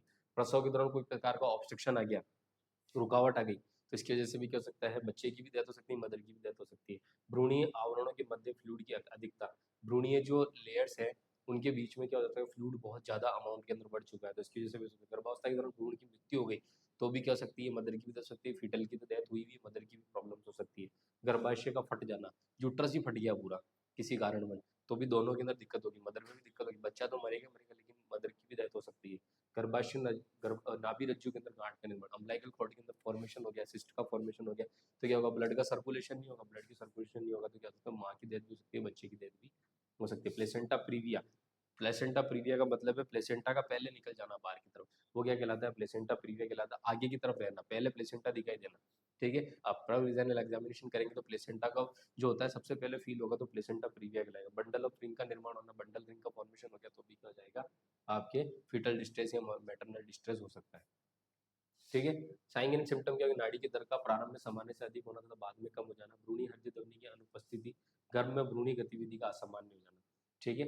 क्या हो जाएंगे, क्या क्या सिम्टम्स आएंगे, नाड़ी दर का प्रारंभ में तो सामान्य होगी, सामान्य से अधिक होना, तो बाद में फिर कैसे धीरे धीरे कम होने लग जाती है, भ्रूणी हृदय ध्वनि की अनुपस्थिति हो जाएगी गर्भ के अंदर। ठीक है। और भ्रूणीय गतिविधियां जो होगी वो असामान्य हो जाएगी। ठीक है। उसके बाद में देखेंगे हम लोग pathophysiology of fetal distress. Pathophysiology क्या, गर्भाशय के दौरान भ्रूण को ऑक्सीजन की आपूर्ति कम अथवा बंद हो जाती है, जिससे भ्रूण के शरीर में अवायवीय श्वसन प्रारंभ हो जाता है तथा उपापचय एसिडोसिस हो जाता है। O2 के प्रभाव से भ्रूण में एस्फाइक्सिस की स्थिति उत्पन्न हो जाती है, भ्रूण के आंतरिक ऊतकों की मृत्यु हो जाती है, जिससे भ्रूण की डेथ हो सकती है। इसलिए यह अवस्था भ्रूण के जीवन के लिए खतरनाक होती है। क्या है, भ्रूण के अंदर सभी तरह की ऑक्सीजन वगैरह सप्लाई बंद हो जाएगी। ठीक है। जो श्वसन वगैरह की क्रिया है वो सब चीजें बंद हो जाएगी, O2 का भाव हो जाएगा, उसकी वजह से क्या हो जाएगा, बच्चे की एस्फेक्सिया हो जाएगा, और एस्फेक्सिया हो जाएगा तो बच्चे की डेथ होनी नॉर्मल बात है। क्लियर है। उसके बाद डायग्नोसिस क्या करेंगे आप लोग, इसके लिए डायग्नोसिस करेंगे आप लोग फिस्टल डिस्ट्रेस और मैटरनल डिस्ट्रेस का पता लगाने के लिए आप क्या क्या करेंगे, वीर्य परीक्षण कराएंगे, एमनियोसिंथेसिस की करेंगे, सोनोग्राफी कराएंगे, एक्सरे कराएंगे, कोर्टियो कोर्ट फिटो ये एक इन्वेस्टिगेशन होता है कोर्टोसोटो कार्डियोसोटोग्राफी को सोटोकोग्राफी कराएंगे, योनि का परीक्षण करेंगे आप लोग, ठीक है क्लियर। ये डायग्नोसिस कराएंगे आप। इसके अलावा मैनेजमेंट में क्या करेंगे, गर्भावस्था के निम्न अवलोकन किया जाना चाहिए जिससे फीटल स्टेज की स्थिति का सही अवलोकन किया जाए। इसका मैनेजमेंट क्या करोगे आप लोग के नियमित अवलोकन कराओगे ताकि आप क्या कर सको, फीटल डिस्ट्रेस का पता लगा सको। फीटल डिस्ट्रेस की संभावना का पता लगने पर गर्भावस्था प्रसव के लिए उपयुक्त संस्था को साधनों की व्यवस्था की जाती है ताकि भ्रूण गर्भवती महिलाओं को प्रसव की जटिलता से बचाया जा सके। कोड पे दबाव के कारण फीटल डिस्ट्रेस की संभावना रहती है जिससे बचाव हेतु गर्भवती महिलाओं को लेफ्ट लेटरल की स्थिति में रखा जाता है, ठीक है। क्या करना है, कॉर्ड पर दबाव नहीं बढ़े इसलिए फीटल डिस्ट्रेस ना हो, संभावना रहती है। इससे बचाने के लिए क्या करना है, फीमेल को क्या करनी है, फिर लेफ्ट लेटरल की स्थिति में रखा जाना चाहिए। यदि भ्रूणीय डिस्ट्रेस की स्थिति कॉर्ड प्रोलप्स के कारण हुआ है तो गर्भवती महिलाओं को नी चेस्ट पोजीशन में रखा जाना चाहिए, ठीक है। मैनेजमेंट में इस तरीके से नर्स द्वारा रोगी को इंटेक आउटपुट शॉट को मेंटेन रखना चाहिए। टोकोलाइटिक एजेंट के द्वारा गर्भाशय के तनाव को क्या करना है, आपको कम करना है। रोगी का निरंतर अवलोकन करना है। फीटल डिस्ट्रेस की स्थिति में उपचार करेंगे। कॉर्ड प्रोलप्स है तो उसका अलग से उपचार करेंगे। गर्भाशय रप्चर होता अलग करेंगे। रिंग में संकुचन बना है, बंडल रिंग का फॉर्मेशन है तो उसका अलग से अवलोकन करना है आप सबको, उसके हिसाब से आपको ट्रीटमेंट करना है। शल्य क्रिया द्वारा चिकित्सा करने पर रोगी को प्री ऑपरेटिव और पोस्ट ऑपरेटिव केयर प्रदान करनी है। और उसके अलावा क्या कहते हैं, प्रसव के दौरान फीटल डिस्ट्रेस होने पर तुरंत चिकित्सक को दिखाया जाना जरूरी है, ठीक है। अब रोल ऑफ एएनएम क्या होगा, फीटल डिस्ट्रेस की कंडीशन में रोल ऑफ एएनएम क्या होगा, फीटल डिस्ट्रेस की स्थिति में एएनएम द्वारा निम्न कार्य किए। अधिक आयु में गर्भधारण पर गर्भवती महिला का पता लगाकर रजिस्ट्रेशन किया जाना चाहिए। सामान्य से कम आयु में गर्भधारण का पता लगा लेना है। गर्भवती महिला द्वारा पूर्व में 3 से अधिक बच्चों को जन्म दिया हो तो पता लगाना है। यदि पूर्व में सिजेरियन प्रसव हुआ तो भविष्य में गर्भवत शिशु के डिस्ट्रेस होने की संभावना अधिक रहती है, इस चीज का पता लगाना है। गर्भावस्था के दौरान होने वाली असामान्यताओं का पता लगाकर उनका प्रबंधन करना है। ये सारे एएनएम के रोल है, एएनएम को सारे काम करने हैं, ठीक है। As a nursing staff ANM को क्या करना है, पीएससी सीएससी के ऊपर जॉब है तो उसको क्या करना है, उन सब चीजों का पता लगाना है, ठीक है। उसके अलावा क्या करना, पार्टोग्राफ का सामान्य प्रसव प्रबंधन में उपयोग, ठीक है।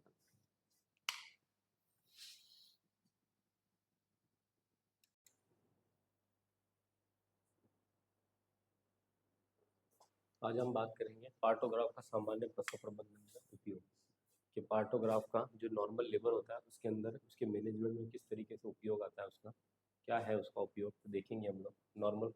नॉर्मल लेबर की प्रोसेस है, baby normal pregnancy baby delivered करा रहे हैं, उसके अंदर पार्टोग्राफ का क्या यूज़ है, तो देखेंगे इंट्रोडक्शन इसके बारे में। तो इंट्रोडक्शन ये भ्रूण की प्रस्तुति, अवस्थिति और अवस्थिति का व्यवस्था पता लगाने के लिए, अवस्थिति की व्यवस्था का पता लगाने के लिए गर्भावस्था के 28 सप्ताह पूर्ण हो जाने के बाद ये परीक्षण किए जाते हैं। इसके अलावा एमनियोटिक फ्लूइड की मात्रा का पता लगाया जाता है, यानी कि 28 सप्ताह की अवधि के बाद में जो जो चेंजेस आते हैं, ठीक है, वो उसमें प्रेजेंटेशन पार्ट हो गया, अवस्थित प्रेजेंटेशन हो गया है, लाई हो गया है, इनका पता लगाने के लिए, इनकी व्यवस्था का पता लगाने के लिए, इसके अलावा एमनियोटिक फ्लूइड की मात्रा का पता लगाने के लिए क्या किया जाता है, आपको पार्टोग्राफ तैयार किया जाता है।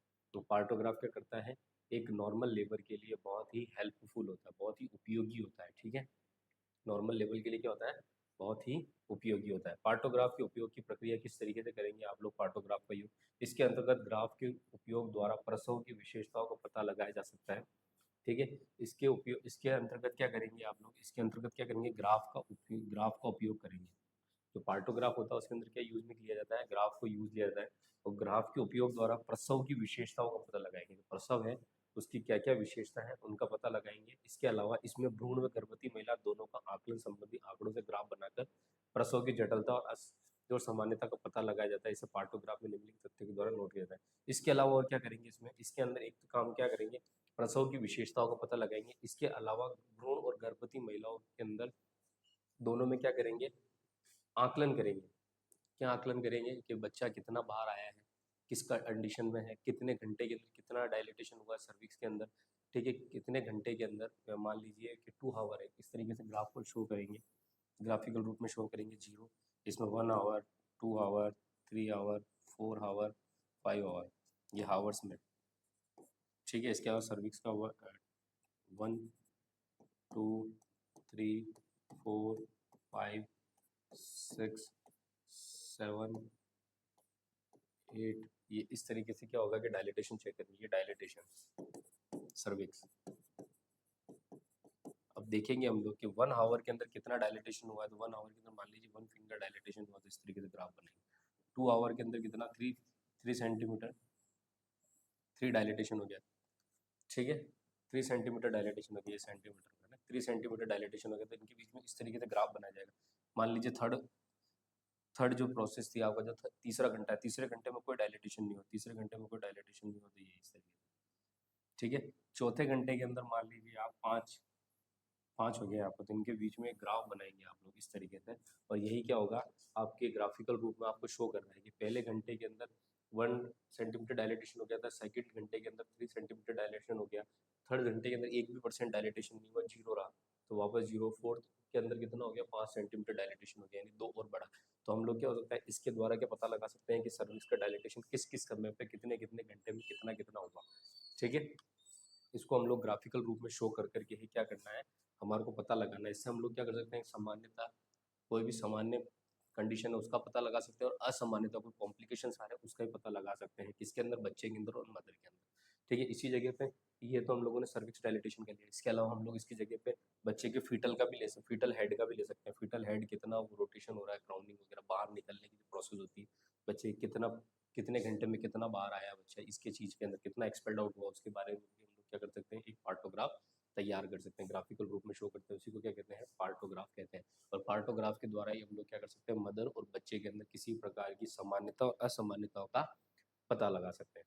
आया समझ में, क्लियर है, यानी कि मदर और बच्चे की सामान्यता और असामान्यताओं को ग्राफिकल रूप में शो करना है, क्या कहलाता है, पार्टोग्राफ कहलाता है, ठीक है। आगे समझ में, और नॉर्मल लेबर के अंदर पार्टोग्राफ बहुत ही इंपॉर्टेंट होता है, बहुत ही आवश्यक है, उपयोगी होता है, ठीक है। उसके बाद में देखेंगे इसके अंदर, देखो हम लोग और इसके द्वारा देखो फीटल स्थिति, भ्रूणीय स्थिति के अंदर भी हम लोग क्या कर सकते हैं, उसका पार्टोग्राफ यूज करते हैं, जिसमें फीटल कंडीशन है, फीटल की हार्ट रेट है, भ्रूणीय खोपड़ी स्थिति में मॉडलिंग होना, इनके बीच में भी क्या है, पार्टोग्राफ बना सकते हैं, कौन से मंथ में क्या हुआ, कितनी देर में कौन सी कंडीशन हुई, कौन सी कंडीशन किस कंडीशन में हुई, ठीक है। फीटल कंडीशन, हृदय दर चेक कर सकते हैं कि भाई इस मंथ में इतनी हृदय दर थी, बाद में इतनी हृदय दर कैसे कम हो गई, ठीक है। तो उनको भी ग्राफिकल रूप में शो, मान लीजिए इसे मंथ हुआ 25 डेज के अंदर हार्ट रेट आने लग जाती, तो 25 डेज के अंदर हार्ट रेट आई तो इतनी कितनी आई, ठीक है, प्रॉपर दिखाई, सुनाई आ रही थी नहीं आ रही थी आपको, उसके अलावा अच्छे से सुनाई दे रही थी, उसके एक्स्ट्रा, ये सब चीज़ों को ग्राफिकल रूप में शो कर सकते हो आप लोग। इसी तरीके से भ्रूणीय झिल्ली और द्रव की स्थिति का भी, भ्रूणीय झिल्लियों के बारे में भी, जो भ्रूणीय झिल्लियाँ फटती है आपकी, जो मेम्ब्रेन्स है, फीटल की जो मेम्ब्रेन्स है वो जो फटती है, वो कौन सी कंडीशन में फटती है, कितने घंटे में फटी, कब, कौन से कौन से स्टेज के अंदर फटी, इन सब चीज़ों को भी हम लोग ग्राफिकल रूप में शो कर सकते हैं, ठीक है। इसके अलावा एमनियोटिक फ्लूइड की कंडीशन को भी हम लोग ग्राफिकल रूप में शो कर सकते हैं। इसके अलावा भ्रूण की जो खोपड़ी और जो मॉडलिंग होती है, घुमाव होता है, रोटेशन होता है, बाहर निकलने की जो प्रोसेस होती है उसके अंदर, उसको भी हम लोग क्या कर सकते हैं, ग्राफिकल रूप में शो कर सकते हैं, और यही क्या कहलाता है, आपका पार्टोग्राफ कहलाता है।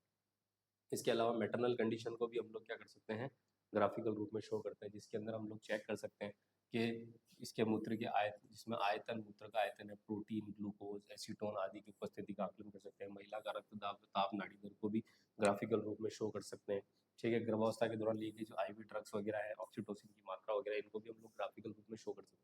इन ग्राफिकल रूप में शो करने से क्या होगा कि हम लोग आसानी से किसी भी चीज़ को आसानी से पकड़ सकते हैं। मान लीजिए कोई भी फीमेल है, उसको हम लोगों ने, उसका जो ब्लड प्रेशर है, सर्विक्स डायलिटेशन के समय पे, मान लीजिए वो बेबी लेबर की प्रोसेस के समय पे आई, लेबर की प्रोसेस के समय पे आई, तो हम लोगों ने देखा कि फर्स्ट स्टेज के अंदर, स्टेज फर्स्ट स्टेज फर्स्ट में हम लोगों ने देखा उसका 3 सेंटीमीटर डायलिटेशन था। स्टेज फर्स्ट के अंदर डायलिटेशन की प्रोसेस होती है, तो उस समय पे उसकी बीपी हमने देखी 250 थी, ठीक है। उसके बाद में मान लीजिए स्टेज सेकंड के अंदर उसकी बीपी कितनी हो गई, स्टेज सेकंड के अंदर उसकी बीपी कितनी हो गई है आपकी, 180 हो गई है, या सॉरी, क्लियर करता हूँ मैं आपको अच्छी तरीके से। कोई भी पेशेंट है, ये इस तरीके से stage first, stage second, stage third, stage fourth, ठीक है। अब इस कंडीशन में हम लोग देखेंगे, मान लीजिए किसी पर्सन की बीपी है 100, 150, 200, ये इस तरीके से हम लोगों ने बीपी को शो किया, ये क्या है, ब्लड प्रेशर को शो किया, ये स्टेजेस वाइज शो किया। मान लीजिए किसी पर्सन की बीपी है, कोई फीमेल आई है नॉर्मल लेवल तक, फर्स्ट स्टेज के दौरान उसकी बीपी जो है वो कितनी है, 200 है, ठीक है। और सेकंड स्टेज में हम लोगों ने देखा बेबी डिलीवर्ड होने के बाद में उसकी बीपी जो हो गई नॉर्मल 150 हो गई। तो हम लोग क्या नोट करेंगे इसके अंदर कि भाई उस समय पे जो बीपी इंक्रीज होने का कारण क्या था, कि भाई फर्स्ट स्टेज ऑफ लेबर के अंदर क्या होता है, पेन होता है, तो पेन की वजह से उसकी बीपी बढ़ रही होगी। ठीक है। सेकंड स्टेज में नॉर्मल है, इसका मतलब क्या हुआ कि बेबी डिलीवर्ड हो गया था, उसके बाद में मदर क्या हो गई थी, रिलैक्स कंडीशन में हो गई, उस वजह से उसकी बीपी क्या हो गई, नॉर्मल हो गई। तो इस तरीके से हम लोग क्या है कि कॉम्प्लिकेशंस का पता लगा सकते हैं। मान लीजिए थर्ड स्टेज के अंदर बीपी और ज़्यादा बढ़ गई, तो इसका मतलब क्या, कोई ना कोई कंडीशन हुई, या बीपी बहुत ज़्यादा कम हो गई, तो इसका मतलब क्या, ब्लीडिंग बहुत ज़्यादा हो चुकी है, या जो भी कंडीशन है उनके द्वारा हम लोग क्या कर सकते हैं, ग्राफिकल रूप में शो करेंगे। ग्राफिकल रूप से शो करके हम लोग किसी भी मदर के अंदर किसी प्रकार के कॉम्प्लिकेशंस का हम लोग पता लगा सकते हैं। तो ग्राफिकल रूप में इस तरीके से शो करना होता है उसको। आया समझ में? तो आप अकॉर्डिंग टू कंडीशंस आप ग्राफिकल रूप में शो करेंगे। मान लीजिए आपको किसी ने बोल दिया कि सर्विक्स डायलिटेशन के लिए आपको ग्राफिकल रूप पार्टोग्राफ बनाना है सर्विक्स डायलिटेशन के लिए, तो सर्विक्स डायलिटेशन के पार्टोग्राफ बनाएंगे तो आप 1 hour 2 hour 3 hour 4 hour 5 hour 6 hour इस तरीके से बनाएंगे। 1 centimetre 3 centimetre 1 centimetre 2 3 centimetre 4 centimetre 5 centimetre ऐसे 10 सेंटीमीटर तक लिखेंगे, और कब कब कौन सी कंडीशन है, कितने कितने घंटे के अंदर कितना कितना डायलिटेशन हुआ, उसको आप ग्राफिकल रूप में शो करते जाओ। यही आपका पार्टोग्राफ होता है। ठीक है। इसके अलावा प्रोग्रेस ऑफ लेबर, लेबर की जो प्रोसेस है, लेबर में क्या क्या प्रोग्रेस हो रही है, कितना आगे बढ़ता जा रहा है लेबर, ठीक है, उसको भी हम लोग क्या ग्राफिकल रूप में शो करते हैं। प्रसव की लेटेंट और एक्टिव फेज, अभी मैंने बताया जो ये चीज़ है, ठीक है। भ्रूण के सिर की डिसेंडिंग की दर, ठीक है, गर्भाशय संकुचन की मात्रा और तीव्रता का समय, सर्विक्स के विस्तारण की अवधि और मात्रा, ये सब मैंने अभी आपको बताई। ये सब चीज़ें क्या है कि ये भी पार्टोग्राफ के अंदर शो कर सकते हैं हम लोग। यही मैंने बताया सर्विक्स के विस्तारण के बारे में, कि कितने घंटे के अंदर कितनी इसके बाद सर्विक्स डायलेट हुई है उसके बारे में। इसके अलावा मैंने ये भी बताया कि भ्रूण का जो सिर है वो कितना डिसेंट हुआ है नीचे की तरफ, कितने घंटे में कितना हुआ है, वो सब चीज़ों भी हम लोग क्या कर सकते हैं, पार्टोग्राफ में शो कर सकते हैं। ठीक है। इसके अलावा हम लोग देखेंगे परीक्षण परीक्षण पूर्व परीक्षण पूर्व ऑब्स्टेट्रिकल, परीक्षण से पूर्व गर्भवती महिला को मूत्र विसर्जन के लिए कहा जाता है, ताकि मूत्राशय जो हो वो क्या हो जाता है, खाली हो जाए, ताकि मूत्राशय क्या हो जाए, खाली हो जाए। ठीक है, ताकि मूत्राशय क्या हो जाए, खाली हो जाए। इसलिए हो जाए खाली, देखिए मेरी बात सुनिए। यूट्रस जो होता है ना, वो क्या होता है, एक तो यूट्रस जो होता है वो कहाँ पे प्रेजेंट होता है, ये तो रेक्टम एरिया है, यहाँ पे यूट्रस प्रेजेंट होता है, बीच में जो होता है ना, यहाँ वेजाइना होती है। ये क्या होती है आपकी वेजाइनल ओपनिंग, कौन सी ओपनिंग, वेजाइनल ओपनिंग। ये कौन सी है आपकी, रेक्टम, और ये कौन सा है आपका, यूरिथ्रा। ठीक है। अब ये इस तरीके से कंडीशंस रहती है।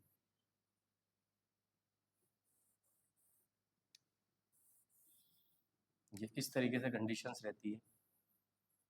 अब मान लीजिए ब्लेडर फुल होगा, तो ब्लेडर क्या करेगा, इसको दबाएगा।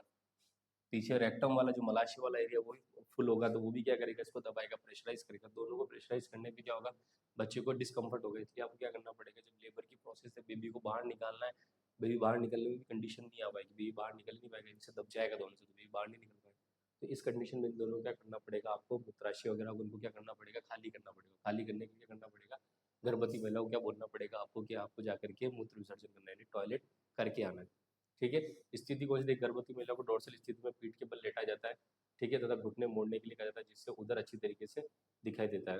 परीक्षण के दौरान परीक्षणकर्ता को महिला के दाई और खड़े रहना चाहिए। ऑब्स्टेट्रिकल एग्जामिनेशन के अंतर्गत परीक्षण किया जाता है, इंस्पेक्शन, पाल्पेशन, अस्कल्टेशन वगैरह किए जाते हैं।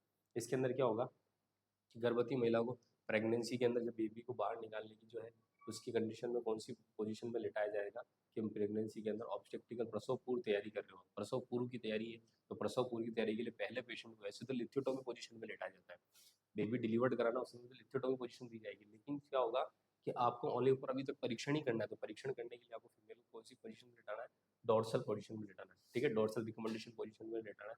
उसके अंदर क्या करना है, उसको पीठ के बल लेटाना और घुटने मोड़ने के लिए कहना था, कि जाकि क्या हो कि वेजाइना भी आसानी से साफ दिख सके, क्लियर दिख जाए, और उसके बाद में एब्डोमेन भी क्लियर विजुअलाइज हो जाए।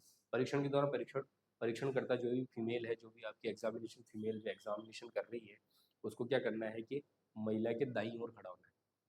ठीक है। ऑब्जेक्टिकल एग्जामिनेशन के अंदर बहुत सारे परीक्षण किए जाते हैं, जिसके अंदर इंस्पेक्शन, पाल्पेशन, अस्कल्टेशन, मैनिपुलेशन वगैरह ये सारी प्रोसेस की जाती है।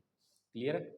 उसके बाद में हम लोग देखेंगे इंस्पेक्शन। इंस्पेक्शन में क्या करते हैं, भ्रूणीय स्थिति के अनुदैर्घ्य, अनुप्रस्थ, तिर्यक है, गर्भाशय का आकार कैसा है, गर्भाशय के आकार में वृद्धि, उदरी त्वचा का अवलोकन, किसी प्रकार के त्वचा संक्रमण का पता लगाने के लिए होता है, उधर पे किसी प्रकार की शल्य क्रिया का निशान चेक करना, अवलोकन। इंस्पेक्शन में ओनली फॉर देख करके चेक करना है कि आपको क्या क्या चीजें हैं, ठीक है, गर्भाशय का आकार किस तरीके का है, गर्भाशय आकार में कितनी वृद्धि हुई है, यानी एब्डोमेन फूला हुआ है तो वो चेक करेंगे तो पता पड़ जाएगा वहाँ गर्भाशय आकार में कितनी वृद्धि हुई है। इसके अलावा फीमेल की त्वचा पे किसी प्रकार का इन्फेक्शन वगैरह होगा तो वो भी पता पड़ जाएगा। इसके अलावा कोई कोई ऑपरेशन वगैरह किया होगा तो इंस्पेक्शन के द्वारा बता। इंस्पेक्शन में यानी इंस्पेक्शन का मतलब होता है देख करके बीमारी पता करना, देख करके है ना, इंस्पेक्शन का मतलब ओनली फॉर देखना, एक बार देख करके पता करना। क्लियर।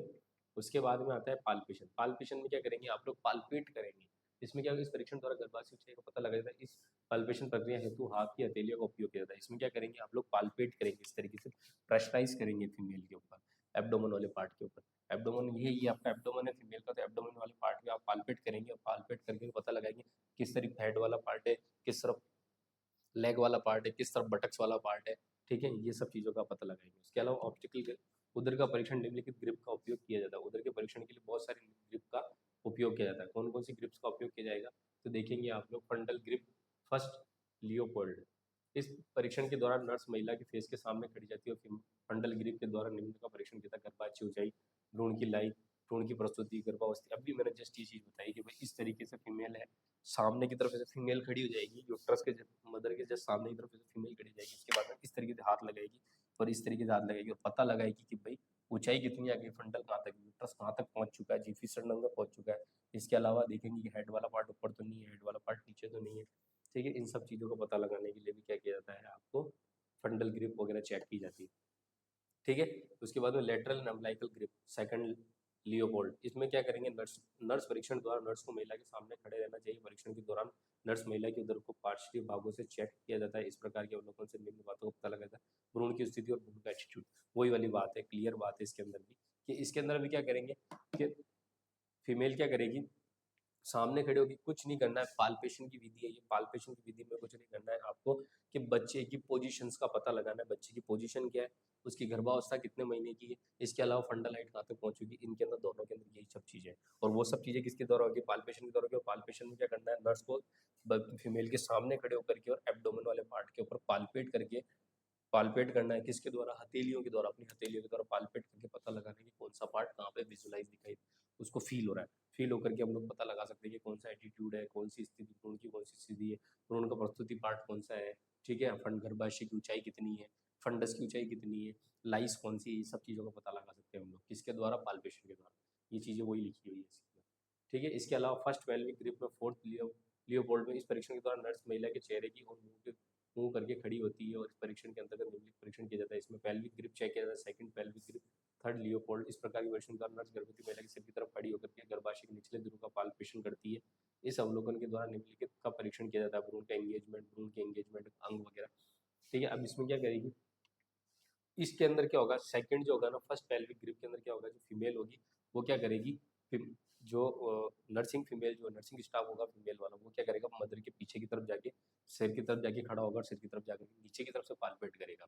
अब इसमें क्या है, नीचे की तरफ से पालपेट करना है, इस तरीके से ऊपर खड़े होकर के नीचे की तरफ से पालपेट करना, ताकि क्या होगा कि हमारे को पता लगा सके कि भ्रूण का एंगेजमेंट कितना हुआ है, भ्रूण के एंगेजमेंट का अंग कौन सा है, ये सब चीज़ों का पता लगाया। जैसे कि फील करना है, फील करने से क्या हो जाएगा, आपको पता पड़ जाएगा कौन सा पार्ट एंगेजमेंट हो रहा है, कौन सा पार्ट प्रेजेंटिंग है, इन सब चीज़ों का पता लग जाएगा, कौन सी कंडीशन के अंदर कौन सी लाई है, कौन सी एटीट्यूड है। ठीक है, इसके अलावा कौन सा प्रेजेंटेशन पार्ट है, कौन सा पार्ट आपको फील हो रहा है, सब चीज़ों का आपको इसके अंदर पता चल जाएगा। क्लियर।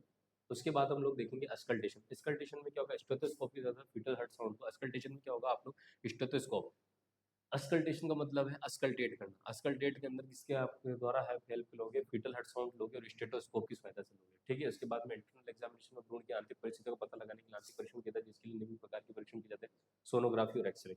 यूट्राइन कॉन्ट्रैक्शन में गर्भाशय संकुचन के दौरान निम्नलिखित अवयव में प्रभाव डालते हैं, जैसे actin, myosin, ATP, adenosine triphosphate, MLCK, myosin, light chain kinase, calcium वगैरह जो होते हैं, ये क्या करते हैं, यूट्राइन कॉन्ट्रैक्शन के अंदर क्या डालते हैं, प्रभाव डालने का काम करते हैं, यूट्राइन कॉन्ट्रैक्शन को रोकने का काम कर सकते हैं। ठीक है, इंटरनल एग्जामिनेशन के अंदर पता पड़ गया आपको, अंदर का जो एग्जामिनेशन करना है, आपको अंदर से बिल्कुल बच्चों को क्लियर देखना, सोनोग्राफी और एक्सरे करनी पड़ेगी। इसके अलावा यूट्राइन कॉन्ट्रैक्शन के अंदर बहुत सारी अवयव जो क्या कर सकते हैं, उनका प्रभाव डालते हैं, इसमें एक्टिन, मायोसिन, एटीपी, एमएलसीके, कैल्शियम, इनकी बहुत जरूरत पड़ सकती है, नहीं भी जरूरत पड़ सकती है इन सब चीज़ों का। ठीक है, इन सभी चीज़ों का क्या हो सकता है, पता लगा। ठीक है, ओके, थैंक यू।